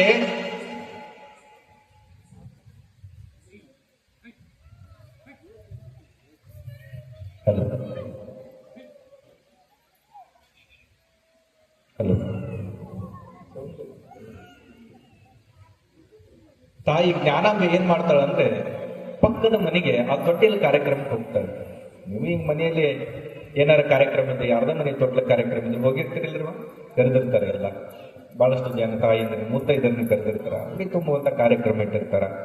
ಈಗ ಹೆಂಗ್ ಇಟ್ಟಿದೀವಲ್ಲ ಹಿಂಗೆ ಆ ತಾಯಿ ಜ್ಞಾನಾಂಬೆ ಏನ್ ಮಾಡ್ತಾಳ, ಪಕ್ಕದ ಮನೆಯಲ್ಲಿ ಇರುವಂತ ತೊಟ್ಟಿಲ ಕಾರ್ಯಕ್ರಮ ಹೋದಂತ ಸಮಯದಲ್ಲಿ ಆ ಮಗುವನ್ನು ಎತ್ತಿ ಆಡಿಸ್ತಾಳ, ಮುದ್ದಾಡ್ತಾಳ. ಮಗು ಅಂದ್ರೆ ಬಹಳ ಪ್ರೀತಿ ಇರ್ತಾರ ತಾಯಿಯನ್ನು, ಹೌದಾ? ಹಂಗ ಆ ತಾಯಿ ಜ್ಞಾನಾಂಬೆ ಆ ಮಗುವನ್ನ ಆಡಿಸಿ ತೊಟ್ಟಿಲದೊಳಗೆ ಹಾಕಿ ತೂಗುವಂತ ಸಮಯ, ತೂಗಿ ಆ ಮಗುವಿಗೆ ಆರತಿ ಮಾಡುವಂತ ಸಮಯದಲ್ಲಿ ಆ ಮನೆಯ ಹಿರಿಯ ಮುದುಕಿ ಇದ್ಲು. ಆ ಮುದುಕಿ ಏನಂದಾಳ ಅಂದ್ರ, ಆ ಹೆಣ್ಣು ಜ್ಞಾನಾಂಬೆ ಬಂಜೆ ಅದಾಳ, ಹೌದಾ? ಆ ಬಂಜೆಯಾಗಿರುವಂತ ಹೆಣ್ಣು ಆ ಮಗುವಿಗೆ ಆರತಿ ಮಾಡಿದ್ರ ಆ ಮಗುವಿಗೆ ತೊಂದರೆ ಉಂಟಾಗ್ತದ. ಆ ಹೆಣ್ಣಿನಿಂದ ಫಸ್ಟ್ ಆರತಿಯನ್ನ ಕಸ್ಕೊಡ್ರಿ, ಆ ಹೆಣ್ಣನ್ನ ಹೊರಗೆ ಹಾಕಿರ್ತಾರೆ. ಇಂಥವಿರ್ತಾವ ಸಮಾಜದಲ್ಲಿ, ಇರಂಗಿಲ್ಲೇನ್ರಿ? ಯಾರಿಗ ಮಕ್ಕಳಾಗಿರಲ್ಲ, ಈ ಎಲ್ಲ ತೊಂದರೆಗಳಿದ್ದೇ ಇರ್ತಾವ ಸಮಾಜದಲ್ಲಿ. ಆದ್ರೆ ಜ್ಞಾನಾಂಬಿಗೂ ಕೂಡ ಆ ತಾಯಿ ಅಂದಿರುವಂತ ಮಾತನ್ನ ಸಹಿಸ್ಕೊಳ್ಳಕ್ಕಾಗ್ಲಿಲ್ಲ. ಸೀದಾ ಜ್ಞಾನಾಂಬೆ ಎಲ್ಲಿಗೆ ಬರ್ತಾಳ ಅಂದ್ರೆ ಮನೆಗೆ ಬರ್ತಾಳ. ಸ್ನಾನವನ್ನ ಮಾಡಿಕೊಂಡು ತ್ರಿಕಾಲಲಿಂಗ ಪೂಜೆ ನಿಷ್ಠಳ ಜ್ಞಾನಾಂಬೆ. ಕಣ್ಣಲ್ಲಿ ನೀರು ಹಾಕ್ತಾ ಲಿಂಗಯ್ಯನನ್ನ ಪೂಜೆ ಮಾಡ್ತಾಳ. ಲಿಂಗಯ್ಯನಲ್ಲಿ ಬೇಡ್ಕೋತಾಳ, ನಾನು ನಿನ್ನನ್ನೇ ನಂಬಿದ್ದೀನಿ, ನಾನು ನಿನ್ನನ್ನೇ ನಂಬಿ ಬದುಕಿದ್ದೀನಿ. ಈ ಜಗತ್ತಿನೊಳಗ ನನಗ ಒಂದು ಮಗನನ್ನ ಕರುಣಿಸು. ಬೇಡಿಕೊಂಡು ಕಣ್ಣಲ್ಲಿ ನೀರು ಹಾಕಿ ಪೂಜೆಯನ್ನು ತೀರಿಸಿಕೊಂಡು ಎಲ್ಲವೂ ನೀನೇ ಅಂತಂದು ತಿಳ್ಕೊಂಡಿರುವಂತಹ ಗುರುಗಳ ಹತ್ರ ಬರ್ತಾಳ ಜ್ಞಾನಾಂಬೆ. ಅಲ್ಲೇ ಇರುವಂತ ವಿರಕ್ತ ಮಠದ ಗೋಸಲ ಚನ್ನಬಸವ ಶಿವಯೋಗಿಗಳು, ಉಗ್ರ ತಪಸ್ವಿಗಳು ಬಂದು ನಮಸ್ಕಾರ ಮಾಡಿ ಕಣ್ಣಲ್ಲಿ ನೀರು ಹಾಕ್ತಾ ಜ್ಞಾನಾಂಬೆ ಹೇಳ್ತಾಳ, ಅಪ್ಪ ನಾನು ನಿನ್ನನ್ನೇ ನಂಬಿದ್ದೀನಿ. 1 ವರ್ಷ ಆಗ್ತದ, 2 ವರ್ಷ ಆಗ್ತದ, ನಿನಗೆ ಮಕ್ಕಳಾಗ್ತಾವ ಅಂತ ಹೇಳಕತ್ತೀರಿ. ಇನ್ನಾದ್ರೂ ಕೂಡ ಮಕ್ಕಳಾಗ್ಲಿಲ್ಲ. ಎಷ್ಟಂತ ನಾನು ಕಷ್ಟದಲ್ಲಿ ಇರ್ಲಿ. 4 ಜನ ಅನ್ನುವಂತಹ ಮಾತುಗಳು ನನಗೆ ಬಂಜೆ ಅನ್ನುವಂತ ಮಾತುಗಳನ್ನು ಸಹಿಸಿಕೊಳ್ಳಕ್ ಆಗ್ತಿಲ್ಲ. ಹಾಗಾಗಿ ನನಗೆ ಮಕ್ಕಳ ಭಾಗ್ಯ ಬೇಕೇ ಬೇಕು. ತಕ್ಷಣ ಗೋಸಲ ಚನ್ನಬಸವ ಶಿವಯೋಗಿಗಳು ಹೇಳ್ತಾರ, ಜ್ಞಾನಾಂಬೆ, ನಿನ್ನ ನಿಷ್ಠೆ, ನಿನ್ನ ಗುರು ಭಕ್ತಿ, ನಿನ್ನ ಜಂಗಮ ಭಕ್ತಿ ನಿನ್ನನ್ನ ಈ ಜಗತ್ತಿಗೆ ಪರಿಚಯಿಸ್ತದ ಅಂತ ಹೇಳ್ತಿದ್ರು. ತಕ್ಷಣ ಹೇಳ್ತಾರ, ನಿನಗೆ ಒಂದು ಒಳ್ಳೆ ಮಗು ಹುಡ್ತದವ, ಯಾಕೆ ಚಿಂತೆ ಮಾಡುತ್ತೆ? ಸಾಕ್ಷಾತ್ ಶಿವನೇ ನಿನ್ನ ಹುಡುಗಿ ಬಂದು ಬೀಳ್ತಾನ, ಯಾವುದು ಕೂಡ ನೀನು ತಲೆಗೆ ಹಿಡಿಗೋಬೇಡ, ನಾ ಹೇಳಿದಷ್ಟು ಮಾಡು ಅಂತ ತಿಳ್ಕೊಂಡು ಆ ತಾಯಿ ಜ್ಞಾನಾಂಬೆಗೆ ಗೋಸಲದ ಚನ್ನಬಸವ ಶಿವಯೋಗಿಗಳ ಏನ್ ಹೇಳ್ತಾರಂದ್ರ, ಊರ ಹೊರಗಿರುವಂತಹ ಒಂದು ಬೆಟ್ಟದ ಮೇಲೆ ನೀನು ಒಂದು ಗುಡಿಸಲನ್ನು ಹಾಕು, 48 ದಿನಗಳ ಕಾಲ ನೀನು ತಪಸ್ಸನ್ನು ಆಚರಿಸಬೇಕು. ಹೆಂಗದ ನೋಡಿ, ನೀವ್ಯಾರಿಗೆ ಹಿಂಗ ಮಾಡ ಅಂದಿದ್ರೆ ಮಾಡ್ತಿದ್ರಿ? ಮಕ್ಕಳು ಬೇಡ, ಇಕ್ಕಳು ಬೇಡ, ಹೋಗ್ರಿ, ಮಕ್ಕಳೆಲ್ಲ ಇಕ್ಕಳಾಗಿವೆ.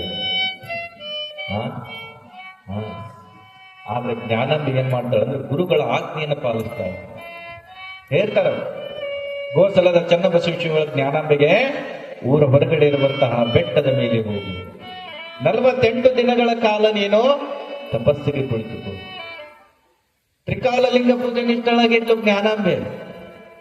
ಅದೇ ರೀತಿಯಾಗಿ ಈ ಕಡೆ ಯಾವ ಜ್ಞಾನಾಂಬೆ, ಈ ಕಡೆ ಮಲ್ಲಿಕಾರ್ಜುನ. ತಕ್ಷಣ ಅನ್ಯೋನ್ಯವಾಗಿರುವಂತಹ ಸಂಸಾರದೊಂದಿಗೆ ಅವ್ರು ಏನ್ ಮಾಡ್ತಾರೆ ಅಂದ್ರೆ ಇಬ್ರು ತಿಳ್ಕೊಂಡು ಸೀದಾ ಹೆಂಡತಿಯನ್ನೊಂದು ಗುಡಿಸಲ ಮಾಡಿ ಆ ಊರ ಹೊರಗಿರುವಂತ ಬೆಟ್ಟದ ಮೇಲೆ ಆ ತಾಯಿಯನ್ನು ತಪಸ್ಸಿಗೆ ಕುಳಿಸ್ತಾನೆ. ಹೇಳಿರ್ತಾರೆ, 48 ದಿನಗಳ ಒಳಗೆ ನಿನಗೆ ಆ ಶಿವನೇ ನಿನಗೆ ಉಡಿಲಿಗೆ ಒಂದು ಮಗುವನ್ನು ತಂದು ಕೊಡ್ತಾನೆ ಅಂತಂದು ಹೇಳಿ ಅವ್ರಿಗೆ ಹೇಳಿರ್ತಾರೆ ಗೋಸಲ ಚೆನ್ನಬಸವ ಶಿವರಿಗೆ. ಅದೇ ರೀತಿಯಾಗಿ ಈ ಕಡೆ ಜ್ಞಾನಾಂಬೆ ಸೀದಾ ಹೋಗಿ ಅಲ್ಲೇ ತಪಸ್ಸಿಗೆ ಕುಳಿತಿರುವಂತ ಸಮಯ ತಕ್ಷಣ 1 ದಿನ ಆಯ್ತು, 2 ದಿನ ಆಯ್ತು, 3 ದಿನ ಆಯ್ತು, 30, 35, 40 ದಿನ ಆದ 45 ದಿನಗಳ ಮುಗಿದುವ ಅವಳಿಗೆ ಚಿಂತೆ ಇರ್ತಿತ್ತು. ಯಾಕೆ ಹೇಳ್ರಿ, 48 ದಿನಗಳ ಒಳಗೆ ನನಗೆ ಮಗು ಜನನ ಆಗ್ತದ ಅಂತ ಹೇಳ್ಯಾರ ಅಪ್ಪ. ಗುರುವಿನ ಮೇಲೆ ಬಹಳ ನಿಷ್ಠೆ ಇರ್ತದೆ ತಾಯಿಗೆ, ಜ್ಞಾನಾಂಬೆಗೆ. 46ನೇ ದಿನ ಆಯ್ತು, 47ನೇ ದಿನಕ್ಕೆ ಬಂದು ಯೋಚನೆ ಮಾಡ್ತಾ ಇದ್ದವಳು, ನಾಳೆ ಮುಗೀತು ನನ್ನ ಅನುಷ್ಠಾನ, ನಾಳೆ ತಪಸ್ಸು ಮುಗೀತು, 48 ದಿನ ಅಷ್ಟೇ ಹೇಳಿದ್ರು ಗುರುಗಳು, ನನಗೆ ಮಗನೇ ಬರಲಿಲ್ಲ ಅಂತ ತಪಸ್ಸಿಗೆ ಕುಳಿತಳು. 47 ದಿನ ರಾತ್ರಿ, ಯಾವತ್ತು 47 ದಿನ ರಾತ್ರಿ ಆಗಿತ್ತು, ರಾತ್ರಿ ಪ್ರತಿದಿನ ಕೂಡ ಹಗಲಿ ರಾತ್ರಿ ಕೂಡ ಶಿವನ ಸ್ಮರಣೆಯಲ್ಲೇ ಇರ್ತಿದ್ಲು ಜ್ಞಾನಾಂಬೆ. ಅಲ್ಲಿ ಬಂದಿರುವಂತಹ ನಿರಂಜನ ಗಣೇಶ್ವರ ಯಾರು, ಶಿವನ ಒಟ್ಟೋಲಗದಿಂದ ಬಂದಿದ್ನಲ್ಲ. ಇಡೀ ದೇಶವನ್ನ ಸಂಚಾರ ಮಾಡ್ತಾ ಮಾಡ್ತಾ ಕೈಲಾಸದಿಂದ ನಿರಂಜನ ಗಣೇಶ್ವರ, ಶಿವನ ಸ್ವರೂಪ ಆಗಿರುವಂತ, ಶಿವನ ಆತ್ಮಲಿಂಗವಾಗಿರುವಂತ ನಿರಂಜನ ಗಣೇಶ್ವರ ಏನ್ ಮಾಡ್ತಾನಂದ್ರೆ ಎಲ್ಲಾ ದೇಶಗಳನ್ನ ನೋಡ್ಕೊಂತ ಬರ್ತಾನಂತೆ. ಯಾಕೆ ಹೇಳ್ರಿ, ಎಲ್ಲಾ ದೇಶಗಳು ಅವನ ಕಣ್ಣಿಗೆ ಇಷ್ಟಿಷ್ಟೇ ಇರ್ತಿದ್ವು. ಸಣ್ಣ ಮಗುವಾಗಿ, ಕೊರಳಲ್ಲಿ ಲಿಂಗು, ರುದ್ರಾಕ್ಷಿ, ಹಣೆಯಲ್ಲಿ ಭಸ್ಮ, ಕಾವಿಧಾರಿ, ಸಣ್ಣ ಪುಟ್ಟ ಮಗು. ಈಗ ನೋಡ್ರಿ ನಮ್ಮ ಹಿರಿಯರು ಎಷ್ಟು ಚಂದ ಮಾಡ್ಯಾರ, ಹೌದಾ? ನನಗೆ ದೃಷ್ಟಿ ನನ್ನ ಹಗಲ ಕಣ್ಣಾಗಿ ನೀರ ಬಂದು ಅಷ್ಟು ಚಲೋ ರೆಡಿ ಮಾಡ್ಯಾರ ಇವ, ಹೌದಾ? ಸಾಕ್ಷಾತ್ ಸಿದ್ಧಲಿಂಗಪ್ಪನ ಇಲ್ಲಿ ಬಂದು ಕುಂತಾನೇನೋ ಅನ್ಸಕತ್ತದ. ನಾವಂತ್ರ ಅವಾಗ ಕಾಲದ ಸಿದ್ಧಲಿಂಗಪ್ಪ ನೋಡ್ಲಿಲ್ಲ, ಅದು ಸಿದ್ಧಲಿಂಗೇಶ್ವರನೇ ಇಲ್ಲಿ ಬಂದಾರ, ಇನ್ನೊಂದೊಂದು ಚಂದ ರೆಡಿ ಮಾಡ್ಯಾರ, ಹೌದು. ಆದ್ರೆ ಅಲ್ಲಿ ಕೂಡ ಏನಾಗ್ತದ, ಸಣ್ಣ ಬಾಲಕನಾಗಿ ಆ ನಿರಂಜನ ಗಣೇಶ್ವರ ಎಲ್ಲಾ ದೇಶಗಳನ್ನ ನೋಡ್ತಾ ನೋಡ್ತಾ ಆ ಕಡೆ ಬರುವಂತ ನಿರಂಜನ ಗಣೇಶ್ವರ ಆ ಬಾಲಕನಿಗೆ ಎಲ್ಲಾ ದೇವಾನುದೇವತೆಗಳು ಪುಷ್ಪವೃಷ್ಟಿ ಮಾಡ್ತಾ ಇದ್ರಂತೆ. ನೆನಪಿಟ್ಟುಕೊಳ್ಳಿ, ಆಕಾಶ ಕಾಯದಲ್ಲಿ ಬರ್ತಾ ಇದ್ರು. ಬಂದು ಕಂಗ, ವಂಗ, ಕಳಿಂಗ ಅನ್ನುವಂತಹ ಎಲ್ಲಾ ದೇಶಗಳ ನೋಡ್ತಾ ನೋಡ್ತಾ ನೋಡ್ತಾ ಭಾರತ ದೇಶಕ್ಕೆ ಬರ್ತಾರೆ. ಭಾರತ ದೇಶದ ಕರ್ನಾಟಕದ ದಕ್ಷಿಣ ಭಾಗದಲ್ಲಿರುವಂತ ಒಂದು ಊರು ಹರದನಹಳ್ಳಿ. ಅಲ್ಲಿಗೆ ಬಂದು ತಪಸ್ಸಿಗೆ ಕುಳಿತಿರುವಂತಹ ತಾಯಿ ಜ್ಞಾನಾಂಬೆ ಓಂ ನಮಃ ಶಿವಾಯ, ಓಂ ನಮಃ ಶಿವಾಯ, ಓಂ ನಮಃ ಶಿವಾಯ. ಪ್ರತಿ ಉಸಿರನ್ನು ಬಿಡುವಾಗಲೂ ಕೂಡ ಶಿವನಾಮ ಸ್ಮರಣೆ. ಹೀಗಿರುವಂತ ತಾಯಿ ಜ್ಞಾನಾಂಬೆ ಕಣ್ಣು ಮುಚ್ಚಿದ್ಲು. ಬೆಳಗಿನ ಜಾವ 2, 3 ಗಂಟೆ ಬ್ರಾಹ್ಮಿ ಮುಹೂರ್ತದ ಸಮಯ. ಬಿರುಗಾಳಿ ಬೀಸ್ತದೆ. ಯಾವಾಗ ಬಿರುಗಾಳಿ ಬೀಸ್ತದೋ ತಾಯಿಗೆ ಕುಳಿತುಕೊಳ್ಳಕ್ಕಾಗೋದಿಲ್ಲ, ಅಷ್ಟೊಂದು ದೊಡ್ಡ ಬಿರುಗಾಳಿ. ಬಿರುಗಾಳಿ ಬೀಸಿದ ತಕ್ಷಣ ಅಲ್ಲಿರುವಂತಹ ಗಿಡ ಮರಗಳಲ್ಲಿ ಕಾದಾಟಗಳು ಸ್ಟಾರ್ಟ್ ಆಗ್ತವ. ಎಲ್ಲ ಪ್ರಾಣಿ ಪಕ್ಷಿಗಳು ಚೀರಾಟ ಸ್ಟಾರ್ಟ್ ಆಗ್ತದ. ಯಾವಾಗ ಇದು ಶುರುವಾಯ್ತೋ ಜ್ಞಾನಾಂಬೆಗೆ ಆನಂದ ಆಗ್ತಾ ಇತ್ತು. ಯಾಕೆ, ಸಾಕ್ಷಾತ್ ಪರಮಾತ್ಮನೇ ನನ್ನ ಕಡೆ ಬರಾಕತ್ತಾನೆ. ಆ ಬಾಲಕನಾಗಿರುವಂತ ನಿರಂಜನ ಗಣೇಶ್ವರ ಸಣ್ಣ ಪುಟ್ಟ ಬಾಲಕನಾಗಿ ಸೀದ ಬಂದು ಆ ತಾಯಿ ಮಡಿಲಿಗೆ ಬೀಳ್ತಾನ. ಯಾರ ತಾಯಿ ಮಡಿಲಿಗೆ? ಯಾರ ತಾಯಿ ಮಡಿಲಿಗೆ? ಜ್ಞಾನಾಂಬೆ ಮಡಿಲಿಗೆ ಬಂದು ಬೀಳ್ತಾನೆ. ಯಾವಾಗ ಮಡಿಲಿಗೆ ಬಿದ್ದು ಜ್ಞಾನಗೆ ತಕ್ಷಣ ತಾಯಿ ಜ್ಞಾನಾಂಬೆಗೆ ಖುಷಿ. ಅವಳ ಖುಷಿಗೆ ಅಪಾರವೇ ಇದ್ದಿಲ್ಲ, ಅಷ್ಟೊಂದು ಖುಷಿ.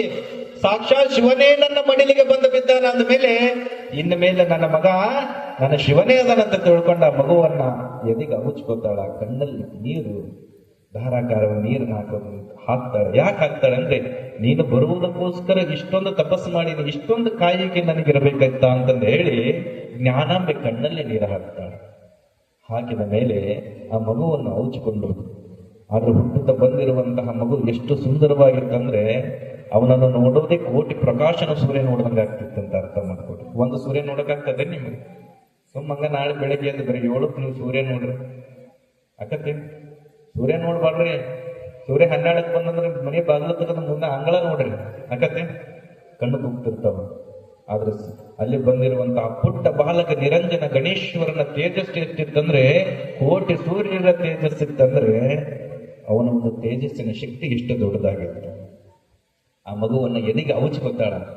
ನನಗ ಮಗ ಬಂದ, ನನಗ ಮಗ ಹುಟ್ಟಿದಂತೆ ತಿಳ್ಕೊಂಡು ತಾಯಿ ಜ್ಞಾನಾಂಬೆ ಎದೆಗೆ ಅವಚ್ಕೊಂಡು ಇನ್ನೇನು ಗುರುಗಳ ಹಲ್ಲಿಗೆ ಬರಬೇಕು ಅನ್ನೋ ಸಮಯದಲ್ಲಿ ಆ ಬೆಟ್ಟವನ್ನು ಇಳಿದು ಬರುವಂತ ಸಮಯ ಅಲ್ಲಿ ಒಂದು ದೊಡ್ಡ ಹುಲಿ ನಿಂತಿರ್ತದೆ. ಬರುವಂತ ಸಮಯ ದೊಡ್ಡ ಹುಲಿ ಗರ್ಜನೆ ಮಾಡ್ಕೊಂತ ನಿಂತಂದ್ರ ದೊಡ್ಡ ವ್ಯಾಘ್ರ. ಎಂತ ವ್ಯಾಘ್ರ ಅಂದ್ರೆ ಇನ್ನೇನು ಆ ಜ್ಞಾನಾಂಬೆನೆ ತಿನ್ಬೇಕು, ಕೈಯಲ್ಲಿರೋ ಒಂದು ಕೂಸನ್ನು ತಿನ್ನಬೇಕು ಇಷ್ಟೇ. ಹೀಗಿರುವಂತ ಸಮಯದಲ್ಲಿ ಏನಾಗ್ತದೆ ಅಂದ್ರ ಆ ಜ್ಞಾನಂ ಯೋಚನೆ ಮಾಡ್ತಾಳ, ನಾನು ಸತ್ತು ಪರವಾಗಿಲ್ಲ, ನನ್ನ ಮಗ ಸಾಯಬಾರದು. ಇದು ಇರ್ತದ ತಾಯಂದ್ರಿಗೆ. ಹೌದಾ? ನಾವೇನಾದ್ರೂ ಏನೈತ್ರಿ, ನಮ್ಮ ಮಕ್ಕಳು ಚೆನ್ನಾಗಿರ್ಬೇಕು ಅಂತ ಇರ್ತಾರೆ ತಂದೆ ತಾಯಿಗಳು. ಆ ರೀತಿಯಾಗಿ ಜ್ಞಾನವೇ ಏನ್ ಮಾಡ್ತಾಳಂದ್ರ ನಾನು ಸತ್ರು ಕೂಡ ಪರವಾಗಿಲ್ಲ, ನನ್ನ ಮಗ ಬದುಕಬೇಕು, ನನ್ನ ಮಗ ಬದುಕಬೇಕು ಅಂತ ತಿಳ್ಕೊಂಡು ಆ ಮಗನನ್ನು ಅವಚಿಕೊಂಡು ಏನ್ ಮಾಡ್ತಾಳ ಅಂದ್ರೆ ಬೆಟ್ಟದ ತುದಿಯಲ್ಲಿ ಇಳಿದಿರುವಂತಹ ತಾಯಿ ಮತ್ತೆ ಬೆಟ್ಟಕ್ಕೆ ಏರ್ತಾ ಏರ್ತಾ ಏರ್ತಾ ಏರ್ತಾ ಓಡಕ್ ಸ್ಟಾರ್ಟ್ ಮಾಡ್ತಾಳೆ. ಆದ್ರೆ ಇವಳು ಓಡಕ್ ಆಗೋದಿಲ್ಲ. ತಕ್ಷಣ ಹಿಂದೆ ಪ್ರಪಾತ, ಮುಂದೆ ಕೆಳಗಡೆ ಬೆಟ್ಟ ಇಳಿದು. ತಕ್ಷಣ ತಾಯಿ ಏನ್ ಮಾಡ್ತಾಳೆ ಅಂದ್ರೆ ನನ್ನನ್ನೇ ತಿನ್ನೋದಾದ್ರೆ ನೀನು ನನ್ನನ್ನೇ ತಿನ್ನೋದು ತಿಳ್ಕೊಂಡು ಕೈಯಲ್ಲಿ ಇಟ್ಕೊಂಡಿರುವಂತಹ ನಿರಂಜನ ಗಣೇಶ್ವರನನ್ನ ಹಿಂದೆ ಇಟ್ಟುಕೊಂಡು ಮುಂದೆ ಅವಳು ಹೋದಾಗ ತಕ್ಷಣ ಹುಲಿ ಅವಳನ್ನು ತಿನ್ನೋದಿಲ್ಲ. ಆ ಹುಲಿ ಎಲ್ಲಿಗೆ ಎಗರಿ ಬರ್ತದಂದ್ರೆ ಸೀದಾ ಗಣೇಶ್ವರನ ಶರೀರಕ್ಕೆ ಎಗರಿ ಬಂದ್ಬಿಡ್ತದ. ಯಾವಾಗ ಆ ಹುಲಿ ಎಗರ್ತದೋ ಆ ಹುಲಿಯ ಚರ್ಮ, ಆ ಉಗುರಗಳು ಎಲ್ಲಿಗೆ ಸ್ಪರ್ಶ ಆಗ್ತವಂದ್ರ ಆ ಪುಟ್ಟ ಬಾಲಕ ಗಣೇಶ್ವರನ ಮೇಲೆ ಸ್ಪರ್ಶ ಆಗ್ತದೆ. ಅಂದ್ರೆ ಟಚ್ ಆಗ್ಬಿಡ್ತದ. ಯಾವಾಗ ಸ್ಪರ್ಶ ಆಯ್ತೋ ಆ ಹುಲಿ ತನ್ನ ರೂಪವನ್ನು ಧರಿಸಿಕೊಳ್ತದ. ಯಾವ ರೂಪ? ಆ ಹುಲಿಗೆ ಒಬ್ಬ ಮಹಾತ್ಮರ ಒಂದು ಶಾಪ ಇರ್ತದೆ. ನೋಡ್ರಿ, ಭಗವಂತ ಈ ಜಗತ್ತಿಗೆ ಅವತರಿಸಕತ್ತಾನಂದ್ರ ಯಾರ್ಯಾರಿಂದ ಏನ್ ಇಟ್ಟಿರ್ತಾನಂತಂದು ಗೊತ್ತಿಲ್ಲ. ಆದ್ರ ಹುಲಿ ಏನಾಗಿತ್ತಂದ್ರ ಹಿಂದಿನ ಜನ್ಮದಲ್ಲಿ ಎಷ್ಟೋ ಸಾವಿರ ವರ್ಷಗಳ ಹಿಂದೆ ಆ ಹುಲಿ ಒಬ್ಬ ಮಹಾತ್ಮರಿಗೆ ತೊಂದರೆ ಕೊಟ್ಟ ಕಾರಣ ಆ ಮಹಾತ್ಮರ ಹುಲಿಗೆ ಶಾಪ ಕೊಟ್ಟಿರ್ತಾರೆ. ಮುಂದೆ ಕಲಿಯುಗದಲ್ಲಿ ಒಬ್ಬ ನಿರಂಜನ ಗಣೇಶ್ವರ ಅಂತಂದು ಹೇಳಿ ಈ ಜಗತ್ತಿಗೆ ಬರ್ತಾನ. ಆ ನಿರಂಜನ ನಿರಾಭಾರಿಯಾಗಿರುವಂತ ಜಂಗಮನ ಒಂದು ಸ್ಪರ್ಶದಿಂದಲೇ ನೀನು ಮುಕ್ತಿಯನ್ನ ಕಾಣ್ತೀಯ, ಅಲ್ಲಿವರೆಗೂ ಕೂಡ ನೀನು ಹುಲಿಯಾಗೇ ಹುಟ್ಟಿ ಸಾಯ್ತೆ ಅಂತ ಶಾಪ ಕೊಟ್ಟಿರ್ತಾನೆ. ಅದೇ ರೀತಿಯಾಗಿ ಹುಟ್ಟಿ ಬಂದಿರುವಂತಹ ವ್ಯಾಘ್ರ ಆ ಹುಲಿ ಏನ್ ಮಾಡ್ತದಂದ್ರ ಅಲ್ಲಿರುವಂತ ನಿರಂಜನ ಗಣೇಶ್ವರನ ಮುಟ್ಟತ್ಲೆ ಅದು ಸಾಕ್ಷಾತ್ ಮನುಷ್ಯ ರೂಪವನ್ನು ತಾಳಿ ಎರಡು ಕೈಗಳನ್ನು ಮುಗಿತಾನಂತೆ. ಮುಗಿದು ತನ್ನ ವೃತ್ತಾಂತವನ್ನ ಆ ಮಗುವಿನ ಮುಂದೆ ಹೇಳ್ಕೊತದಂತೆ. ಏನ್ರಿ? ಮಗುವಿನ ಮುಂದೆ ಹೇಳ್ಕೊಂಡು ನಿನ್ನಿಂದ, ನಿನ್ನ ಸ್ಪರ್ಶದಿಂದ, ನಿನ್ನ ಪಾದ ಸ್ಪರ್ಶದಿಂದ ನನ್ನ ಜೀವನ ಇಷ್ಟು ವರ್ಷಗಳ ಕಾಲ ಕಾದಕ್ಕೂ ಕೂಡ ನನ್ನ ಜೀವನ ಪಾವನ ಆಯ್ತಂತ ತಿಳ್ಕೊಂಡು ಆ ಜಂಗಮ ನಿರಂಜನ ಜಂಗಮನಿಗೆ ಗಣೇಶ್ವರ ನಮಸ್ಕಾರ ಮಾಡಿ ಅವನು ಮುಕ್ತಿ ಪಡಿತಾನಂತೆ. ಮುಂದೆ ಯಾವಾಗ ಆ ಒಂದು ಹುಲಿಯಾಗಿರುವಂತ ಮನುಷ್ಯ ಮುಕ್ತಿ ಪಡಿತಾನೋ ಸೀದಾ ಆ ತಾಯಿ ಹಿಡ್ಕೊಂಡು ಎಲ್ಲಿಗೆ ಬರ್ತಾಳೆ ಗೊತ್ತೇನು? ಸೀದಾ ಮಠಕ್ಕೆ ಬರ್ತಾಳೆ. ಎಲ್ಲಿಗೆ? ಕೆಳಗಿರುವಂತ ಹರದನಹಳ್ಳಿಯಲ್ಲಿರುವಂತ ಗೋಸಲ ಚನ್ನಬಸವ ಶಿವಯೋಗಿಗಳ ಕಡೆ ಬರ್ತಾಳೆ. ಬಂದ ತಕ್ಷಣ ಗುರುಗಳಿಗೆ ನಮಸ್ಕಾರ ಮಾಡಿ, ಅಪ್ಪ ನನಗೆಲ್ಲರೂ ಕೂಡ ಹೇಳ್ತಿದ್ರು ಮಕ್ಕಳಿಲ್ಲ ಮಕ್ಕಳಿಲ್ಲ ಬಂಜೆ ಅಂತಂದು. ಇವತ್ತು ನೋಡು ನನ್ನ ಎಂತ ಮಗನ ನಾನು ಪಡೆದಿದ್ದೀನಿ ಅಂತ ನೋಡು ಅಂತಂದು ಹೇಳಿ ಜ್ಞಾನಾಮಿ ಬಹಳ ಖುಷಿಯಿಂದ ತನ್ನ ಮಗನನ್ನು ಎತ್ತಿಕೊಂಡು ಬಂದು ಅಲ್ಲ ಗುರುಗಳ ಕಡೆ ತೋರಿಸಿದಾಗ ಗುರುಗಳಿಗೆ ಅವನು ಹೀಗೆ ಹುಟ್ಟಿ ಬರ್ತಾನಂತಂದು ಹೇಳಿ ಅವರ ಲಿಂಗದಲ್ಲೇ ಗೊತ್ತಾಗಿತ್ತಂತೆ. ನೀನು ಬಿಟ್ಟುಕೊಟ್ಟು ಅಂದ್ರೆ ಒಬ್ಬ ಮಹಾತ್ಮ ಹುಟ್ಟಿ ಬರ್ತಾನಂತಂದು ಹೇಳಿ ಅವ್ರ ಗುರುಗಳಿಗೆ ಅವರ ಲಿಂಗದಲ್ಲೇ ಗೊತ್ತಾಗಿತ್ತಂದ್ರ ಅದಕ್ಕೋಸ್ಕರ ತಾನೇ 48 ದಿನ ನೀವು ಅನುಷ್ಠಾನ ಕುಂದ್ರಮ್ಮ ಜ್ಞಾನಾಂಬೆ ಅಂತ ಹೇಳಿ ಕಳಿಸಿದ್ರು. ಅದೇ ರೀತಿಯಾಗಿ ಜ್ಞಾನಾಂಬೆಗೆ ಆ ಮಗುವನ್ನ ಕರ್ಕೊಂಡ್ ಬರ್ತಾಳ. ಮಗುವಿನಲ್ಲಿ ಭಸ್ಮ ಹಚ್ಚೋಂಗಿಲ್ಲ, ಕೊರಳಲ್ಲಿ ಲಿಂಗೋನ ಹಾಕೋಂಗಿಲ್ಲ, ರುದ್ರಾಕ್ಷ ಹಾಕೋಂಗಿಲ್ಲ. ಯಾಕೆ ಹೇಳ್ರಿ? ಸದಾ ಸಿದ್ಧನಾಗಿ ಜಗತ್ತಿಗೆ ಬಂದನಂತ. ತಕ್ಷಣ ಗುರುಗಳು ಹೇಳ್ತಾರಂತೆ, ನೋಡುವ ನಿನಗೆ ಒದಗಿರುವಂತಹ ಬಂದಂತಹ ಮಗ ಸಾಮಾನ್ಯನಲ್ಲ. ಇವನು ಬರೀ ಒಂದು ಕಡೆ ಇದ್ದ ಬೆಳಗುವನಲ್ಲ, ಇಡೀ ಜಗತ್ತನ್ನ ಬೆಳಗುವಂತಹ ಇವನು ಯೋಗಿಯದನ, ಮಹಾತ್ಮನದನ, ಸತ್ಪುರುಷನದನ. ಅದಕ್ಕಾಗಿ ಈ ಜಗತ್ತನ್ನ ಬಹಳ ನಿಷ್ಠೆಯಿಂದ ಸಲುವಾಗಿ ಬಂದಾನ ಇವನು. ಈಗ ಹಂಗ ಬಂದಿಲ್ಲ, ಇವನು ಸಿದ್ಧನಾಗಿನೇ ಬಂದಾನ ಎಲ್ಲ ತಗೊಂಡು. ಅದಕ್ಕೆ ಇವನು ಒಂದು ಕೆಲಸ ಮಾಡೋಣ, ಇವನ ಸಿದ್ಧಿ ಪುರುಷ ಅದಾನ, ಇವನು ಕೊರಳಲ್ಲಿ ಲಿಂಗ ಅದ. ಆದ್ರೆ ಇವನಿಗೆ ಏನಂತ ಹೆಸರಿಡೋಣ ಅಂದ್ರ ಇವನು ಸಿದ್ಧನಾಗಿ ಬಂದದಕ್ಕ ಸಿದ್ಧ ಕೊರಳ ಲಿಂಗ ಧರಿಸ್ಕೊಂಡ್ ಬಂದದಕ್ಕೆ ಲಿಂಗ ಇವನಿಗೆ ಸಿದ್ಧಲಿಂಗ ಅಂತ ಹೆಸರಿಡನಂತ ತಿಳ್ಕೊಂಡು ತಾಯಿ ಜ್ಞಾನಾಂಬೆಗೆ ಗೋಸಲ ಚನ್ನಬಸವೇಶ್ವರ ಯೋಗಿಗಳು ಹೇಳ್ತಾರಂತೆ. ಹಾಗಾಗಿ ಗುರುಗಳು ಯಾವಾಗ ಸಿದ್ಧಲಿಂಗ ಅನ್ನುವಂತಹ ಪುಟ್ಟ ಬಾಲಕ ಗಣೇಶ್ವರನಿಗೆ ಏನಂತ ಹೆಸರಿಡ್ತಾರವ? ಸಿದ್ಧಲಿಂಗ ಅಂತ. ಇವತ್ತು ನಾವು ಮಕ್ಕಳಿಗೆ ಹೆಸರಿಡ್ತೀವಿ, ಏನೇನಂತ ಹೆಸರಿಡ್ತೀವಿ? ಪಿಂಕಿ, ಪನ್ನಿ, ಹೌದಲ್ರಿ? ಬನ್ನಿ, ಅವ್ ಪಿಕ್ ನೇಮ್ ಅಂತ್ರಿ. ಏನ್ ಪಿಕ್ ನೇಮ್ ಅಂತ ಗೊತ್ತಾಗ್ಬೋದು, ಹೌದ್ರಿ? ಪುಟ್ಟ್ಯ, ಕುಟ್ಟ್ಯ, ಗಿಟ್ಟ್ಯ, ಏನ್ ಹೆಸರು ಏನ್ರಿ? ಯಾಕೆ ದೇವ್ರ ಹೆಸರು ಇಡ್ತಿದ್ರ ಅನ್ನೋದು ಗೊತ್ತಿಲ್ಲ ನಮ್ಮ ಜನರಿಗೆ. ನೀವಂದ್ರೆ ದೇವ ಸ್ಮರಣೆ ಮಾಡೋದ್ ದೂರ ಹೋಗ್ಯತ. ನಿಮ್ ಮಕ್ಳಿಗೆ ದೇವ್ರ ಹೆಸರು ಇಟ್ರಂದ್ರ ಆ ಹೆಸರಿನಾಗ ದೇವ್ರ ಹೆಸರು ಕರೆದಂಗ ಆಕತಿ, ಅದ ಸ್ಮರಣೆ ಆಕತಿ ಅಂತ ಹೇಳಿ ದೇವ್ರ ಹೆಸರು ಇಡ್ತಿದ್ರು. ಈಗಿನ ಮತ್ತೀವಿ ಯಾವ ದೇವ್ರ ಹೆಸರು ನಮಗೂ ಗೊತ್ತಾಗೋದು. ಸೃಷ್ಟಿಯಾಗಿರ್ಬೇಕು ದೇವ್ರ, ಮುಪ್ಪಟ್ಟಿ ದೇವ್ರೊಳಗೆ ಅವರು ಇರ್ಬೇಕು ಪಿನ್ಯ ಕುಣ್ಯ ಅಂತ, ಏನ್ರಿ ಅನ್ನಾರ? ನಾನು ಮೊನ್ನೆ ಒಂದು ಬೆಂಗಳೂರಿಗೆ ಹೋಗಿದ್ರು, ಒಂದು ಮನೆಗೆ. ಎಷ್ಟು ಮಜಾ ಇರ್ತವೆ ಸಿಟಿ ಒಳಗೆ ಹೆಸರು ಅಂತ ಹೇಳ್ತೀನಿ. ಒಂದು ಮನೆಗೆ ಭಕ್ತರ ಮನೆಗೆ ಒಬ್ಬರು ಬೇರೆ ಸ್ವಾಮಿಗಳ ಜೊತೆ ಹೋಗಿದ್ದು ಪೂಜೆಕ್ಕ. ಸಣ್ಣ ಹುಡುಗ ಕೂತಿದ್ದಾವ, ಭಕ್ತರ ಮನ. ಸಿಟಿ ಅಂದ್ಮೇಲೆ ಗೊತ್ತಿರ್ತಾವಲ್ಲ ನಿಮ್ಗೆ ಹೆಂಗಿರ್ತವೆ ಹೆಸರು ಅಂತ. ಸ್ವಲ್ಪ ಎಟ್ಟೆನೇ ಇದ್ದು ಹುಡುಗ, ಅಲ್ಲೇ ಒಂದು 6-7 ವರ್ಷದ ಹುಡುಗ. ಮತ್ತೆ ಸಣ್ಣ ಹುಡುಗರೆಲ್ಲ ಪ್ರೀತಿಯಿಂದ ಅಂತ ಹೇಳಿ ಪಕ್ಕ ಕುಂತ ಹಣ್ಣು ತಿನ್ಕೊಂಡ್ ಕುಂತಿದ್ದ. ಮೂಗು ನಿಶಿಂಬಳ ಬರಕತ್ತಿತ್ತು. ಅದನ್ನ ನೋಡಿದ್ದೆ ನಾನು, ಪಕ್ಕ ಕುಂತ ನೋಡಿ, ಏನೋ ನೀನ್ ಹೆಸರು ಅಂದ. ನೀ ತಿನ್ನ ಅಂದವ. ಅವಂದ ಅವನು ತಿನ್ನಕತ್ತ, ನಾನು ತಿನ್ನಕತ್ತೀನಿ. ಅವಂದ ಅದು ನೀನ್ ಹೆಸರೇನು? ನೀ ತಿನ್ನ ಅನ್ನ. ಮತ್ತ ನಾ ತಿನ್ನ, ಮತ್ ನಾನ ತಿನ್ಬೇಕಲ್ಲ. ನಾನು ತಟ್ ಬಂದು ಹಿಡ್ಕೊಂಡು ಕುಂತೀನಿ. ಅಲ್ವಪ್ಪ ನಿನ್ ಹೆಸರೇನು ಅಂತವ ಅಂದೆ. ಅಂದ್ಬಿಟ್ಲೆ ನೀ ತಿನ್ನ ಅಂದವ. ಅಂದ್ಬಿಟ್ಲಿ ನನಗನ್ನಿಸ್ತು ಇವನು ಭಾಳ ಸ್ಟ್ರಾಂಗ್ ಅದನಪ್ಪ, ಇವ್ನು ಕೇಳೋದ್ ಬೇಡ, ಅವ್ರ ಅಪ್ಪನವ್ರಿಗೆ ಕೇಳೋಣ ಅಂದು. ನಾನು ಮಗನ ಹೆಸರೇನಿಟ್ರಿ ಸಾವ್ಕಾರ ಅಂದೆ. ಅಪ್ಪರ ನೀ ತಿನ್ರಿ ಅಂದವ. ಇವನು ನೀನ್ ತಿನ್ನು ಅಂತನಲ್ರಿ, ಅವ್ನು ಗೊತ್ತಾಗೋದಿಲ್ಲ. ನೀ ತಿನ್ನನ್ರಿ, ಇದು ಅಂತಂದ್ರೆ ಹೆಸರನ್ನ ಹಿಂಗೆ ಹೇಳ್ತಾರೆ ಹೆಸರು. ಮತ್ತೆ ನೀ ತಿನ್ನಂತಾರ, ಮತ್ತೆ ನಿಮ್ನ ತಿಂತೀನಿ ಅಂತಾರ, ಗೊತ್ತಿಲ್ಲ ಹೆಸರು. ಹೌದಾ? ಹಂಗಾಗಿ ಇವತ್ತು ಸಿದ್ಧಲಿಂಗ, ಆ ಒಂದು ಗಣೇಶ್ವರನಾಗಿ ಹುಟ್ಟಿ ಬಂದಿರುವಂತ ಬಾಲ ಮಗುವಿಗೆ ಸಿದ್ಧಲಿಂಗ ಅನ್ನುವಂಥ ನಾಮದಿಂದ ಇವತ್ತು ತೊಟ್ಟಿಲ ಕಾರ್ಯಕ್ರಮದ ತಾಯಂದ್ರ. ಈಗ ಮುಂದೆ ನಿಮ್ಮ ಕಾರ್ಯದ ಬರ್ರಿ. ಭಾಳಷ್ಟು ಜನ ಆರತಿ ತಗೊಂಡು ಬಂದಿರಿ. ಉಡಿ ತುಂಬ ಏನಾದ್ರು ತಂದಿರೇನ್ರಿ? ಒಂದು 5 ಜನ ತುಂಬ್ರಿ ಏನ್ರಿ? ಉಡಿ ತುಂಬಿ ಇನ್ನೆದ ಮುಂದೆ ಕಾರ್ಯ ನಿಮಗೆ ಬಿಟ್ಕೊಡ್ತೀನಿ. ಯಾರಾದ್ರೂ ಜೋಗುಳು ಪಡ ಹಾಡಾರದಿರಿ? ನೀವ ಹಾಡ್ರಿ ಪಕ್ಕ. ಅಂತರ ಹಿಂದಿಲ್ಲ ಮುಂದಿಲ್ಲ, ನೀವ ಹಾಡ್ರಿ. ಹೌದ್ರಿ? ಯಾರು ಹಾಡಂಗಿದ್ರೆ ಹಾಡ್ರಿ. ನಮ್ಮ ತಾಯಂದ್ರೆ ಹಿರಿಯರು ಹಾಡ್ತಿರ್ತಾರ. ಇವುಗಳು ಹಾಡ್ತೀರಿವ? ನಾಚ್ಕೊಬಲ್ರಿ, ಇದು ನಿಮ್ಮೂರಿದ್ದು ಲೈವ್ ಕೊಟ್ಟಾರ ತಗೋರಿ, ಜಗತ್ತು ಹೊಟ್ಟತಿ. ನೀವು ಹಾಡಿದ್ದು 4 ಜನ ಕೇಳ್ತಾರ. ಹೌದಾ? ಯಾರು ಹಾಡೋರಿದ್ರೆ ಜಗಳ ಪದ ಈ ಕಡೆ ಬಂದು ಕುಂತ ಹಾಡ್ರಿ. ಏನ್ರಿ ಬಾ? ಮುಂದಿನ ಕಾರ್ಯಕ್ರಮ ಅನು ಮಾಡ್ಕೊಡ್ತೀನಿ. ನಮ್ಮ ಹಿರಿಯರೊಬ್ರು ಬರ್ರಿ. ಒಬ್ರು ಯಾರ ನಮ್ಮ ಮಠಸ್ಥರು ತಾತನವ್ರು ಯಾರು ಇದ್ರು ಬರ್ರಿ ಈ ಕಡೆ. ತಾತನವ್ರು ನಿಮ್ ಕಡೆ ಯಾರ ಹೆಸರು ಇರ್ತಾರ್ರಿ? ಮಾವಿಡ್ತಾನ ಹತ್ತಿರ್ತಾರ. ಮಾವ ಸುಮ್ಮನೆ ಹಿಡಿಸ್ಕೊಳಂಗಿಲ್ಲ. ಅವನೇನು ಹೊಸಲ್ ಕೊಡ್ರಿ, ಹೆಂಗ್ ಬಿಡ್ತೀವಿ ಅಂತೀರ? ಮುದುಕದರ್ರಿ ತಾತನವ್ರು. ಮತ್ತ ನೀನು ಒಂದು 8 ದಿನ ಇರ್ಬೇಕಂತ ಮಾಡೀನಿ ಊರಾಗ. ಇದು ಯಾವ್ದ ತಾತ ಬಂದದಪ್ಪ, ನಮ್ಮ ತಾತನ ಮಡಿಸೆ ಹೋಗೈತೆ ಅಂತ ಮತ್ತೆ ನೀವು ಸಿಕ್ಕಾನ ಶಿವ ಅಂತಂದು ಹೇಳಿ ಭೂಮಿ ಮೀರ ಮೇಲೆ ಇಂದ್ರ ಬಾಯ್ ಬಾ.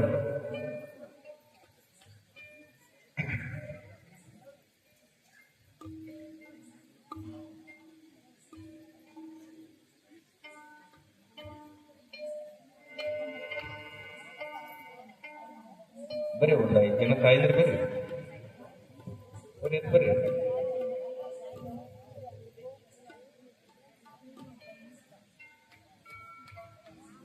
ಕಳಸ ಯಾರು ತಗೊಂಡ್ಬಂದಿರಿ? ಅದನ್ನ ತಗೊಂಡ್ಬಂದಾಗ ಬರ್ರಿ, ಬರ್ರಿ. ನಾಚಿಕೊಂಡು ಕುಂದ್ರಬೇಡ್ರಿ, ಬರ್ರಿ. ನಾನ ನಿಮ್ಮ ಮಗ ಇದ್ದೀನಿ. ಅಯ್ಯೋಯ್ಯಪ್ಪ,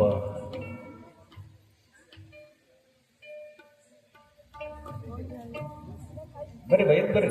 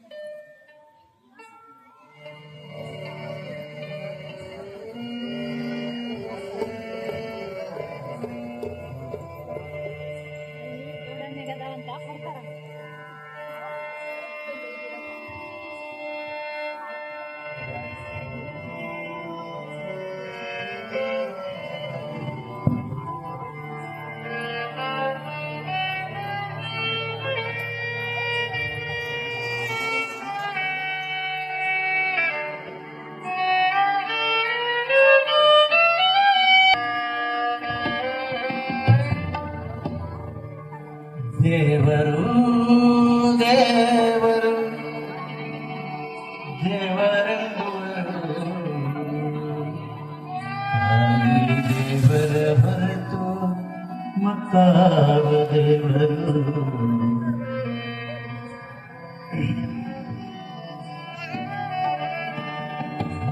ದೇವರು ದೇವರು ದೇವರೆಂಬುವರು, ದೇವರು ದೇವರು ದೇವರೆಂಬುವರು, ತಾಯಿ ದೇವರ ಹೊರತು ಮತ್ತಾವ ದೇವರು, ತಾಯಿ ದೇವರ ಹೊರತು ಮತ್ತಾವ ದೇವರು.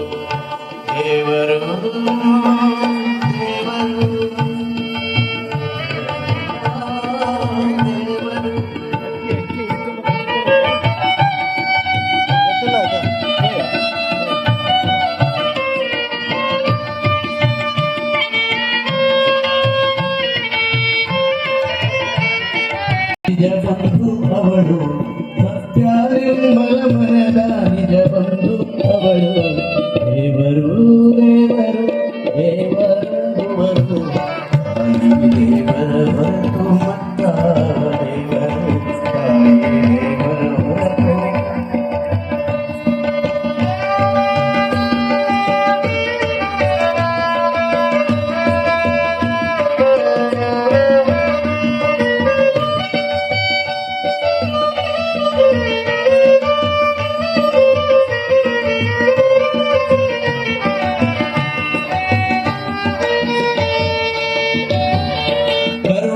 ಕಣ್ಣುಗಳಿಂದ ಕಡೆವರೆಗೆ ನೋಡುವಳು, ಕರುಣೆ ಕಣ್ಣುಗಳಿಂದ ಕಡೆವರೆಗೆ ನೋಡುವಳು, ತೆರೆದೆದೆಯ ಅಮೃತವನ್ನು ಕುಡಿಸಿ ನಲಿಯುವಳು, ತೆರೆದೆದೆಯ ಕುಡಿಸಿ ನಲಿಯುವಳು, ಹೊರದ ಹಸ್ತಗಳಿಂದ ತೊಟ್ಟಿಲವ ತೂಗುವಳು, ಹೊರದ ಹಸ್ತಗಳಿಂದ ತೊಟ್ಟಿಲವ ತೂಗುವಳು, ಹಾಲ ಬಟ್ಟಲ ತುಂಬಿ ಹಾಲ ಬಟ್ಟಲ ತುಂಬಿ ಕನಿಕರದಿ ಕುಡಿಸುವಳು, ದೇವರು ದೇವರು ದೇವರೆಂಬುವರು, ದೇವರು ದೇವರು ದೇವರೆಂಬುವರು, ತಾಯಿ ದೇವರ ಹೊರತು ಮತ್ತಾವ ದೇವರು.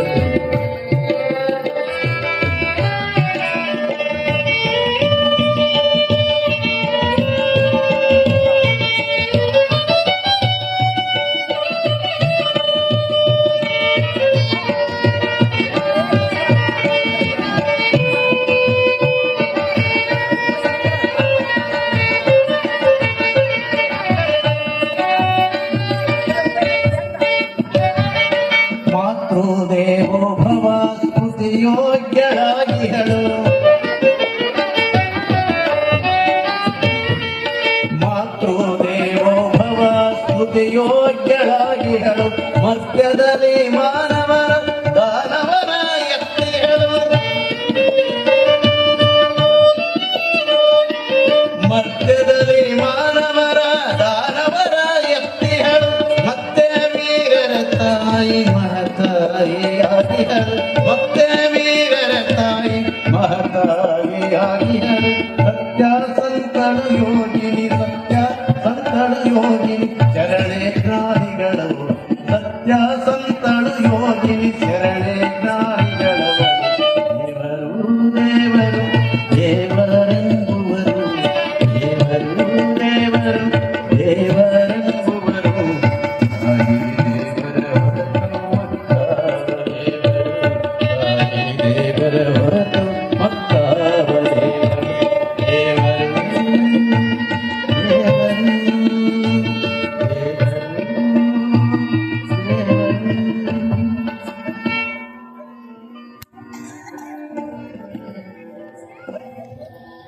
ಬರ್ರಿ, ಒಂದ್ 4 ಜನ ಮುತ್ತೈದರು ಬರ್ರಿ ಬರ್ರಿ ಬರ್ರಿ.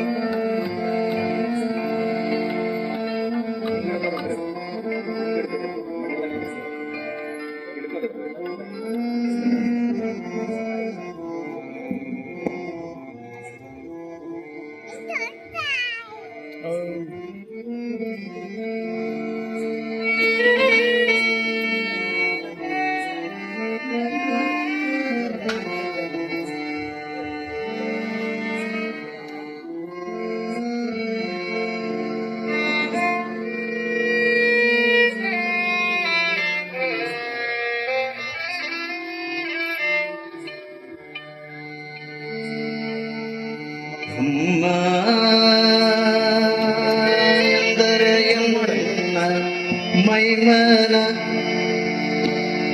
ಅಮ್ಮ ಎಂದರೆ ಎನ್ನ ತನುಜನ.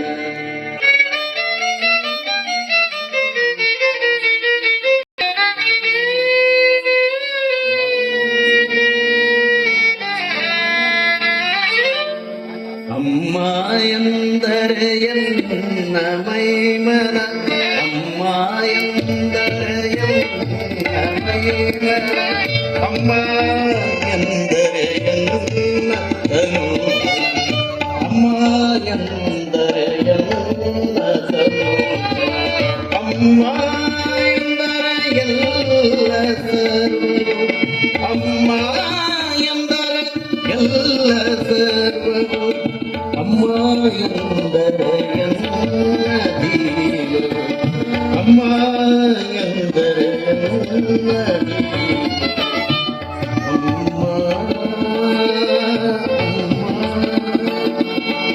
ಅಮ್ಮ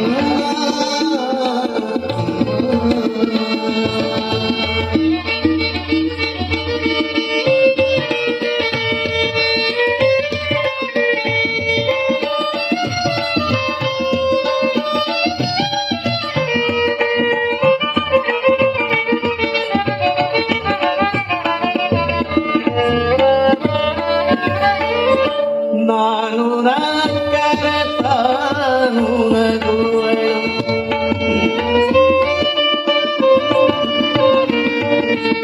ನಕ್ಕರೆ ತಾನು ನಗುವಳು ನಕ್ಕರೆ ತಾನು ನಗುವಳು ನಾನು ನೊಂದರೆ ಅತ್ತೆ ಬಿಡುವ ಎಣ್ಣೆಯಲ್ಲಕ್ಕೆ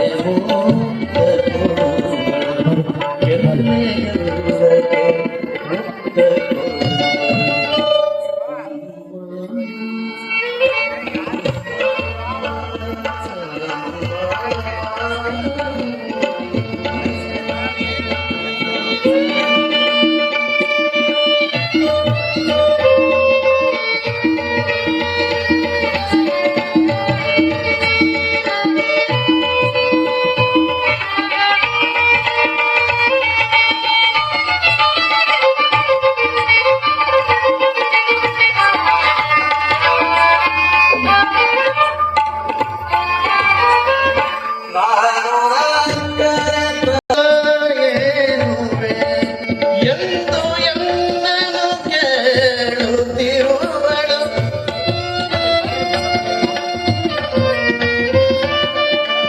ಎಂದು ಎನ್ನನು ಕೇಳುತ್ತಿರುವಳು ಒಂದೇ ಒಂದು ಆಸೆಯಮ್ಮ ಒಂದೇ ಒಂದು ಆಸೆಯಮ್ಮ ನಿನ್ನ ಅಮ್ಮ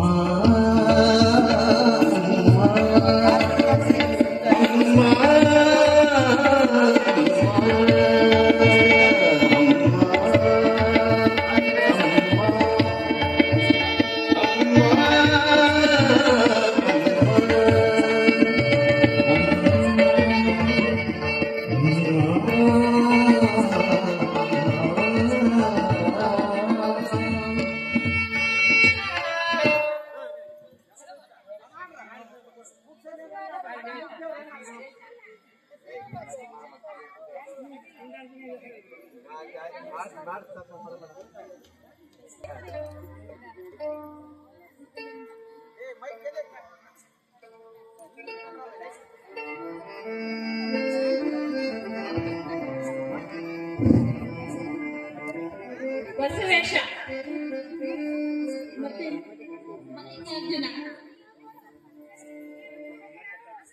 ಸತ್ತಾತ ಚೆನ್ನಬಸವ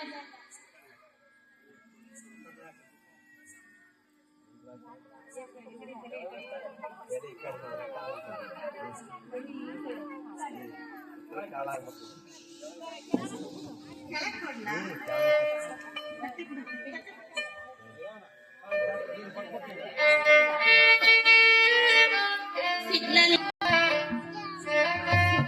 ಸ್ವಾಮಿ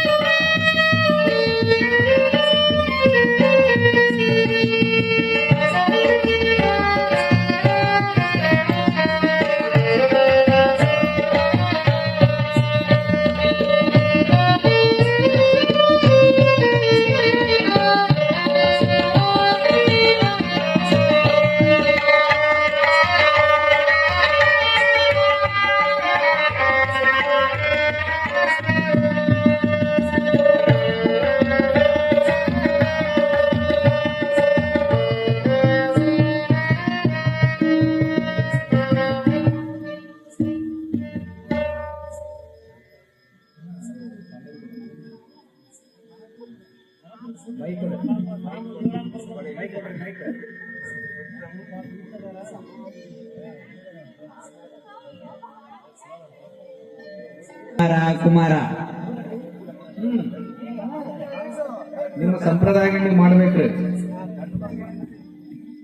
ಕುಮಾರ ಕುಮಾರ ಕುಮಾರ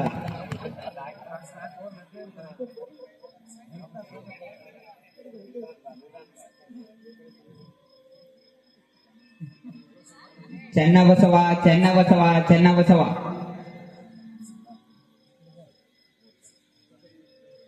ಸಿದ್ಧಲಿಂಗೇಶ್ವರ ಸಿದ್ಧಲಿಂಗೇಶ್ವರ ಸಿದ್ಧಲಿಂಗೇಶ್ವರ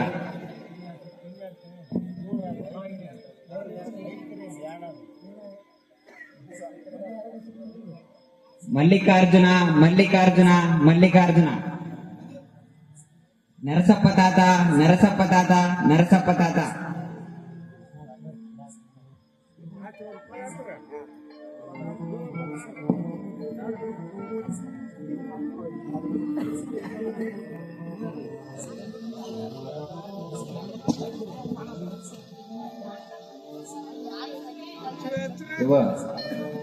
ನಿಂತವ್ರು ನೀವು ತೊಟ್ಟಲು ತಗೋಕಂತಾನೆ ನೀವು ಒಂದು ಹಾಡು ಹೇಳಿ ತೊಟ್ಟಲು ತಗೋಕೊಂಡ್ರು ಗೊತ್ತಿಲ್ಲ. ಅಯ್ಯೋ ಇದು ಒಳ್ಳೆ ಪಜಿಟ್ ಆತಲ್ಲೋ ಹೇಳ್ರಿ, ಯಾರೇ ಜೋಗಳ್ಕೊಳ್ತಂದ್ರೆ ಹೇಳ್ರಿ, ಬರ್ತಾವ್ರಿ.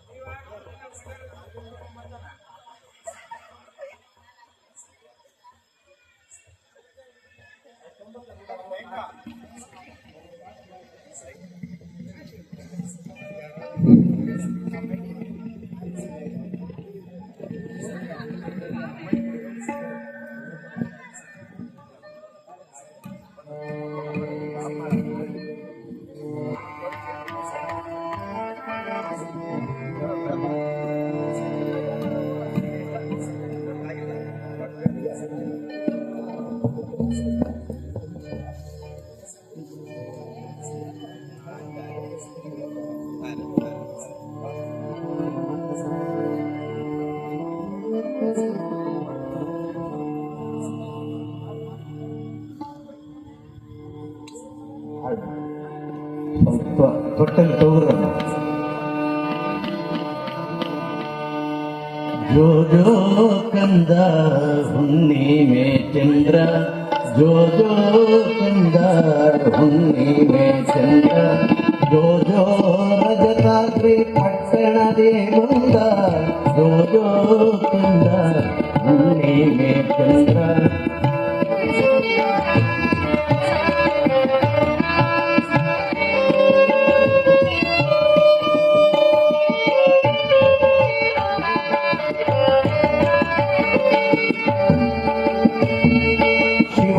ಶಿವರೂಪಿಸುವಿಗೆ ವಿಭೂತಿ ಧರಿಸಿ, ಶಿವರೂಪಿಸುವಿಗೆ ವಿಭೂತಿ ಧರಿಸಿ, ಶಿವನಾಮ ಸ್ಮರಿಸುತ್ತ ಗಂಧವ ಪೂಜಿಸಿರಿ. ಅಷ್ಟಾವರಣ ಎಂಬ ಬಟ್ಟೆಯ ತೊಡಿಸಿರಿ, ಅಷ್ಟಾವರಣ ಎಂಬ ಬಟ್ಟೆ ಹೊಡಿಸಿರಿ, ಶಿವನಾಮ ಮಂತ್ರವ ಹೇಳಿ. ಜೋ ಜೋ ಕಂದ ಹುಣ್ಣಿಮೆ ಚಂದ್ರ, ಜೋ ಜೋ ಕಂದ ಹುಣ್ಣಿಮೆ ಚಂದ್ರ.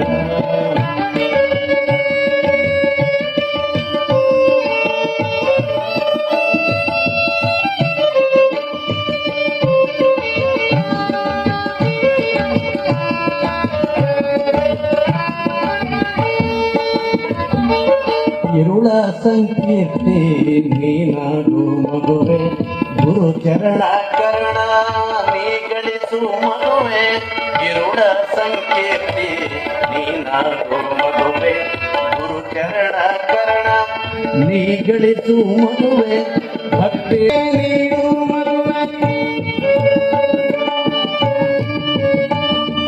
ಭಕ್ತಿ ಪ್ರೀತಿ ಕಿರಣ ಜಗಕ್ಕೆ ನೀಡು ಮಗುವೆ ಕರುಣಾಮೂರ್ತಿ ನಾಮಾವತಾರಿ ಕರುಣಾಮೂರ್ತಿ ಶುಭ ನಾಮಾವತಾರಿ ಕಂದ ಹುಣ್ಣಿಮೆ ಚಂದ್ರ ಯೋಯೋ ಕಂದ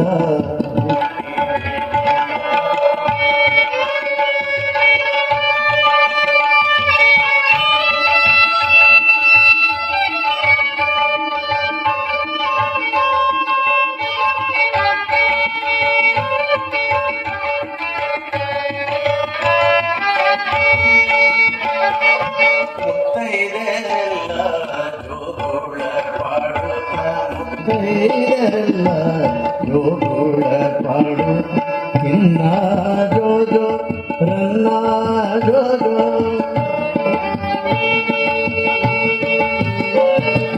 ಶಿವ ಮಾತಾ ಜಲದೀನಿ ಎನ್ನುತ್ತ ಕೂಸಿಗೆ ಶಿವ ಮಾತಾ ಜಲದೀನಿ ಎನ್ನುತ್ತ ಕೂಸಿಗೆ ಸಿದ್ಧಲಿಂಗ ನಿಂಬ ನಾಮಾವರಿತು ಸಿದ್ಧಲಿಂಗ ನಿಂಬ ನಾಮಾವರಿತು ಜೋಜೋ ಕಂದ ಹುಣ್ಣಿಮೆ ಚಂದ್ರ ಜೋಜೋ ಕಂದ ಹುಣ್ಣಿಮೆ ಚಂದ್ರ ಜೋಜೋ ರಜತಾತ್ರಿ ಪಟ್ಟಣದಿ ಬಂದ ಜೋಜೋ ಕಂದ ಜೋಜೋ ಕಂದ ಜೋಜೋ ಕಂದ ಹುಣ್ಣಿಮೆ ಚಂದ್ರ ಶಿವ ಸಾಂಬದೇ ನಮ ಪಾರ್ವತೀಪತ ಶಿವ ಹರ ಮಹಾದೇವ ಎಡೆಯೂರ ಸಿದ್ಧಲಿಂಗೇಶ್ವರ ಮಹಾರಾಜಕ್ಕೆ ಶ್ರೀ ಮಲ್ಲಿಕಾರ್ಜುನ ಸ್ವಾಮಿ ಮಹಾರಾಜಕ್ಕೆ ಶಿವ ಸಾಂಬದೇ ನಮ ಪಾರ್ವತೀಪತ ಶಿವ ಮಹಾದೇವ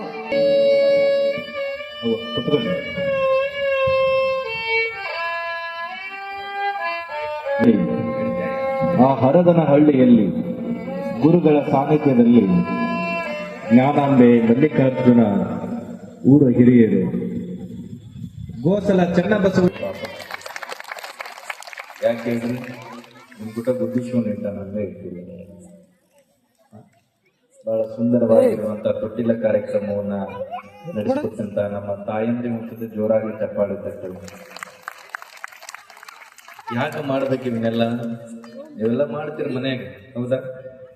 ಮಕ್ಕಳು ಹುಟ್ಟಿದ್ರೆ ಮಾಡೇ ಮಾಡ್ತೀರಿ, ಜೋರಾಗಿ ಮಾಡ್ತೀರಿ, ಸಂಭ್ರಮದಿಂದ ಬೇಗರ ಬಿಚ್ಚನ ಎಲ್ಲಾರು ಕಲಿಸ್ತೀರಿ, ಹೌದಾ?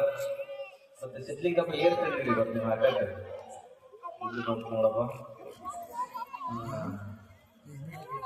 ನಾನು ತೊಂಬರಿಲ್ಲ. ಮತ್ತೆ ಏನಾರು ತೊಂಬರ್ಬೇಕಿಲ್ಲ ಮಕ್ಕಳು, ಹೌದಿಲ್ಲವಾ? ಮತ್ತ ದೊಡ್ಡ ಕಾರ್ಯಕ್ರಮ ಐತಿ, ಮತ್ತ ಪಾಪ ನೋಡಿ ಹಂಗ ಹೋಗ್ತೀರನ್ನ ಬಟ್ಟಿ ತರ್ತೀರಿ, ಪಾಟಿ ಪೆನ್ಸಿಲ್ ತರ್ತೀರಿಲ್ಲ, ಮತ್ತೆ ಆಟಿಗೆ ಸಾಮಾನುಗಳು ತರ್ತೀರಿ. ನಾಳೆ ತಂದು ಯಾರಿಗೆ ಕೊಡಂದ್ರೆ ಏನಿದೆ? ಇನ್ನ ಅಗಾರ ಅದಾರ, ಮದುವೆ ಅಗಾರ ಅದಾರ, ಮದುವೆ ಆದವ್ರು ಅದಾರ, ಇವ್ರು ಆದವ್ರೆ ಅವ್ರು ಆಗ್ಲಿಲ್ಲದವ್ರು ಅದಾರ. ನಮ್ದಂದ್ರೆ ಇಲ್ಲಿ ಬಿಡ್ರಿ ಅಂತ ದೂರ ಐತಿ, ಹೌದಾ? ಆಯರ್ಗೀರ್ ಬರೆಸ್ತೀರಿ, ಏನಾರ ಬರೆಸ್ತೀರಿಲ್ಲ? ನಾಳೆ ತೊಗೊಂಡ್ಬರ್ತೀವಿ, ಚಾಪುಡಿ ಡಬ್ಬೆಗೆ ಇಟ್ಕೊಂಡಿವಿ, ಸಕ್ರೆ ಡಬ್ಬೆಗೆ ಇಟ್ಟಿವ್ರಿ, ಹೌದಿಲ್ಲ? ಬಹಳ ಖುಷಿಯಿಂದ, ಬಹಳ ಚಲೋ ಭಕ್ತಿಯಿಂದ ನೀವೆಲ್ಲರೂ ಕೂಡ ಇವತ್ತು ಆ ತೊಟ್ಟಿಲ ಕಾರ್ಯಕ್ರಮದಲ್ಲಿ ಭಾಗಿಯಾಗಿ ಉಡಿ ತುಂಬುವುದರ ಮೂಲಕ ಆ ಒಂದು ಸ್ವಾಮಿಗೆ ಸಿದ್ಧಲಿಂಗ ಅನ್ನುವಂತಹ ಹೆಸರನ್ನು ನೀವೆಲ್ಲರೂ ಕೂಡ ಇಟ್ಟಿದ್ದೀರಾ. ನಿಮಗೆಲ್ಲರಿಗೂ ಕೂಡ ಆ ಸಿದ್ಧಲಿಂಗ ಸ್ವಾಮಿ, ಆನಗಲ ಕುಮಾರೇಶ ಮಲ್ಲಿಕಾರ್ಜುನ ಸ್ವಾಮಿ, ನರಸಪ್ಪ ತಾತ, ಚನ್ನಬಸವ ಶಿವಯೋಗಿ ಯಾವತ್ತೂ ಕೂಡ ನಿಮ್ಮನ್ನ, ನಿಮ್ಮ ಮನೆಯನ್ನ ಕಾಪಾಡ್ಲಿ, ನಿಮ್ಮ ಊರನ್ನ ಕೂಡ ಸದಾ ಕಾಪಾಡ್ಲಿ ಅನ್ನುವಂಥ ಮಾತನ್ನು ತಿಳಿಸ್ತಾ, ಬಹಳ ಸುಂದರವಾಗಿ ನಿಮ್ಮ ಸರ್ ಕೂಡ ಬಹಳ ಚೆನ್ನಾಗಿ ಇವತ್ತು ಜೋಗುಳ ಪದಗಳನ್ನು ಹಾಡಿದ್ದಾರೆ. ವಿಶೇಷವಾಗಿ ಇವತ್ತು ದೊಡ್ಡ ಕಾರ್ಯಕ್ರಮಕ್ಕೆ ಯಾಕೋ ಬಹಳ ನಾಚ್ಕೊಳಕತ್ತೀರಿ ನೀವು, ಗೊತ್ತಿಲ್ರ? ಮಾಡಬೇಕು ಧೈರ್ಯದಿಂದ. ಅನ್ಕೊಂಡೆ ಮತ್ತ 100 ವರ್ಷದ ಜಾತ್ರಾ ಮಹೋತ್ಸವ ಯಾಕೋ ಕಮ್ಮಿ ಜನ ಕೊಡಕತ್ತಾರ ನನಗೆ ಅನ್ಸುತ್ತೆ. ಎಷ್ಟು ಜನ ಸಂಘ ಇಟ್ರಿ ಊರಾಗ? ಐತ್ರಿ ತಾತ ಎಲ್ಲರೂ ಮತ್ತೆ ಟಿವಿ ಒಳಗೆ ಬಿಜಿ ಆಗ್ಯಾರ, ನಾವೇನ್ ಮಾಡ್ತೀವಿ? ಹೌದಾ? ನಮ್ಮ ಹಿರಿಯರು ನಾಳಿಂದ ಎಷ್ಟು ಆಕ್ಟಿವ್ ಬಿಡಾಕತ್ತೀರಿ? 2 ಬಿಡಾಕತ್ತೀರಿ? 3 ಮತ್ತೆ 4 ಬಿಡಾಕತ್ತಾರ. ಇನ್ನೊಂದು 4 ಬಿಡ್ರಿ ಅಲ್ಲಿ ಮಠ ತುಂಬಿ ಬರ್ತಿರಲಿವ? ಬಹಳ ಒಳ್ಳೆಯ ಪುರಾಣ ಸಿದ್ಧಲಿಂಗ ಶಿವೇಗೌಡ ಪುರಾಣ ಅನ್ನೋದು. ನಾಳಿಂದ ದೊಡ್ಡ ದೊಡ್ಡ ಪವಾಡಗಳು ಅವ್ರ ಪುರಾಣ ಮುಗಿಯುವವರೆಗೂ ಕೂಡ ದೊಡ್ಡ ದೊಡ್ಡ ಪವಾಡಗಳಿದಾವ. ಹಾಗಾಗಿ ನಾಳೆ ಸ್ವಲ್ಪ ಹೆಚ್ಚಿನ ಜನಸಂಖ್ಯೆಗೆ ಬರ್ರಿ.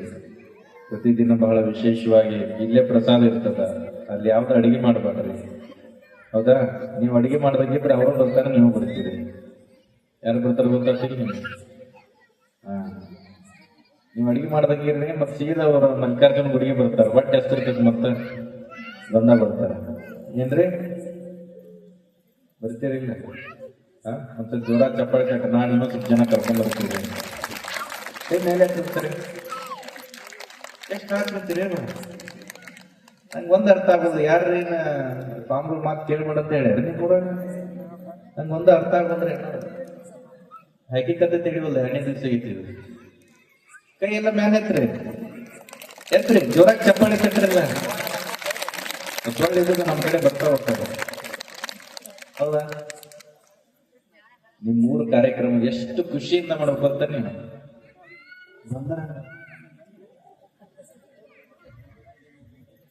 ನೀವು ಎಷ್ಟು ಒಳ್ಳೆ ಹೊಡ್ಕೊಂಡು ಬಾಯಿಗೆ ಇರ್ತದೆ, ಕಿವ್ಯಾಗ ಗೊತ್ತಾಗಿ ಸುಮ್ ಕೂತದ. ಅದು ನನಗೆ ಅನ್ಸಕತ್ತದ, ಯಾರು ಏನಾರು ಆಗೈತೆ ಅಂದ್ರೆ ಕೇಳ್ಬೇಕಂತ ಬಿಡಿದ್ದೆ. ಆಗಲಿ ಹಿರಿಯರು ಊರಾಗ ಖುಷಿಯಾಗಿ ನಕ್ಕಂತ ಭಸ್ಮ ಎಷ್ಟು ಚಂದ ಹಚ್ಕೊಂಡಿರು ನೋಡಿಲ್ರಿ ನೀವು ಬಂದ್ ನೋಡಿ.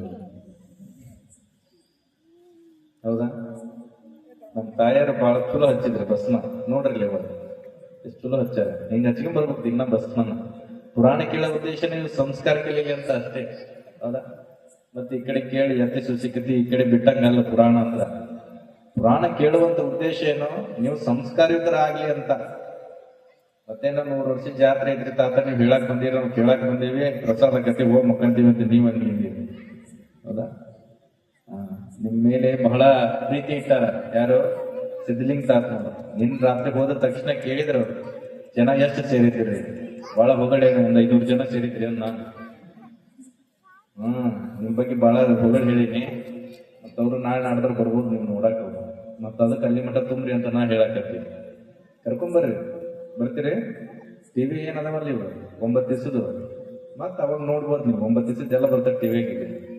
ಮತ್ತೆ 9 ದಿವಸದ ಪುರಾಣ ಕೇಳ್ಬೋದಲ್ರಿ ಲೈವ್ ಇಟ್ಟಾರ ಅಂತ ನೀವ್ ಅನ್ಕೊಂಡಿರಿ. ಲೈವ್ ತೆಗ್ಸಿನ ಅದಕ್ಕೆ ನಾ ಬಹಳ ಶಾಣೆಯಾಗೆ ಬಂದೀನಿ. ನಿಮಗೆ ಲೈವ್ ತೆಗ್ಸೇ ಬಿಟ್ಟಿನ್ರಿ. ಆದ್ರೆ ಅಣ್ಣ ಹಿಡ್ದಾರ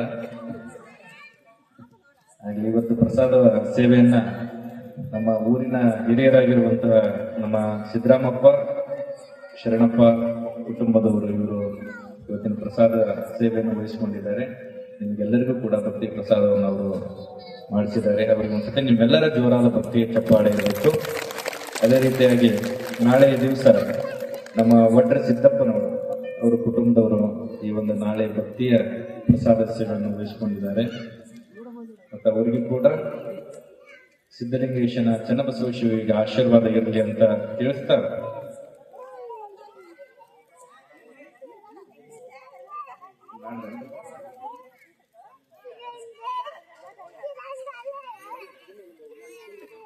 ಇದೇನ್ರಿ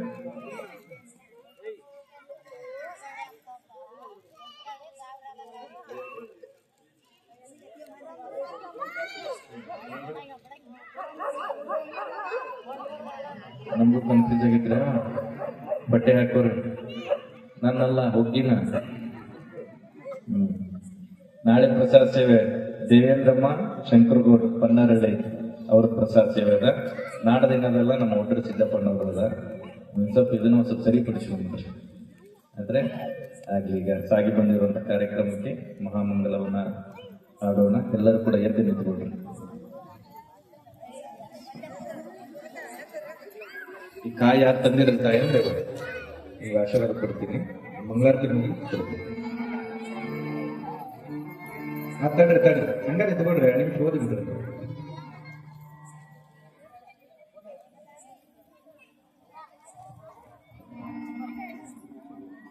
ಈ ದಿನದ ತೊಟ್ಟಿಲು ಕಾರ್ಯಕ್ರಮವನ್ನು ನಡೆಸಿಕೊಟ್ಟವರು ಶ್ರೀಮತಿ ರೂಪಾ ಹಂಪನಗೌಡ, ಶ್ರೀಮತಿ ಅಂಬಮ್ಮ ಪಂಪಾಪತಿ ಹಚ್ಚುಳ್ಳಿ, ಶ್ರೀಮತಿ ಕಾವೇರಿ ಪ್ರಕಾಶ್ ಗೌಡ ಹೊನ್ನರಹಳ್ಳಿ, ಶ್ರೀಮತಿ ನಂದಿನಿ ಮಲ್ಲಿಕಾರ್ಜುನ ಒಲ್ಲೂರು, ಶ್ರೀಮತಿ ಶಾಂತಮ್ಮ ಸಿದ್ದಲಿಂಗನಗೌಡ ಹೊನ್ನರಹಳ್ಳಿ, ಶ್ರೀಮತಿ ಪಲ್ಲವಿ ವೀರೇಶ್ ಗೌಡ ಗದಗಿನಹಳ್ಳಿ.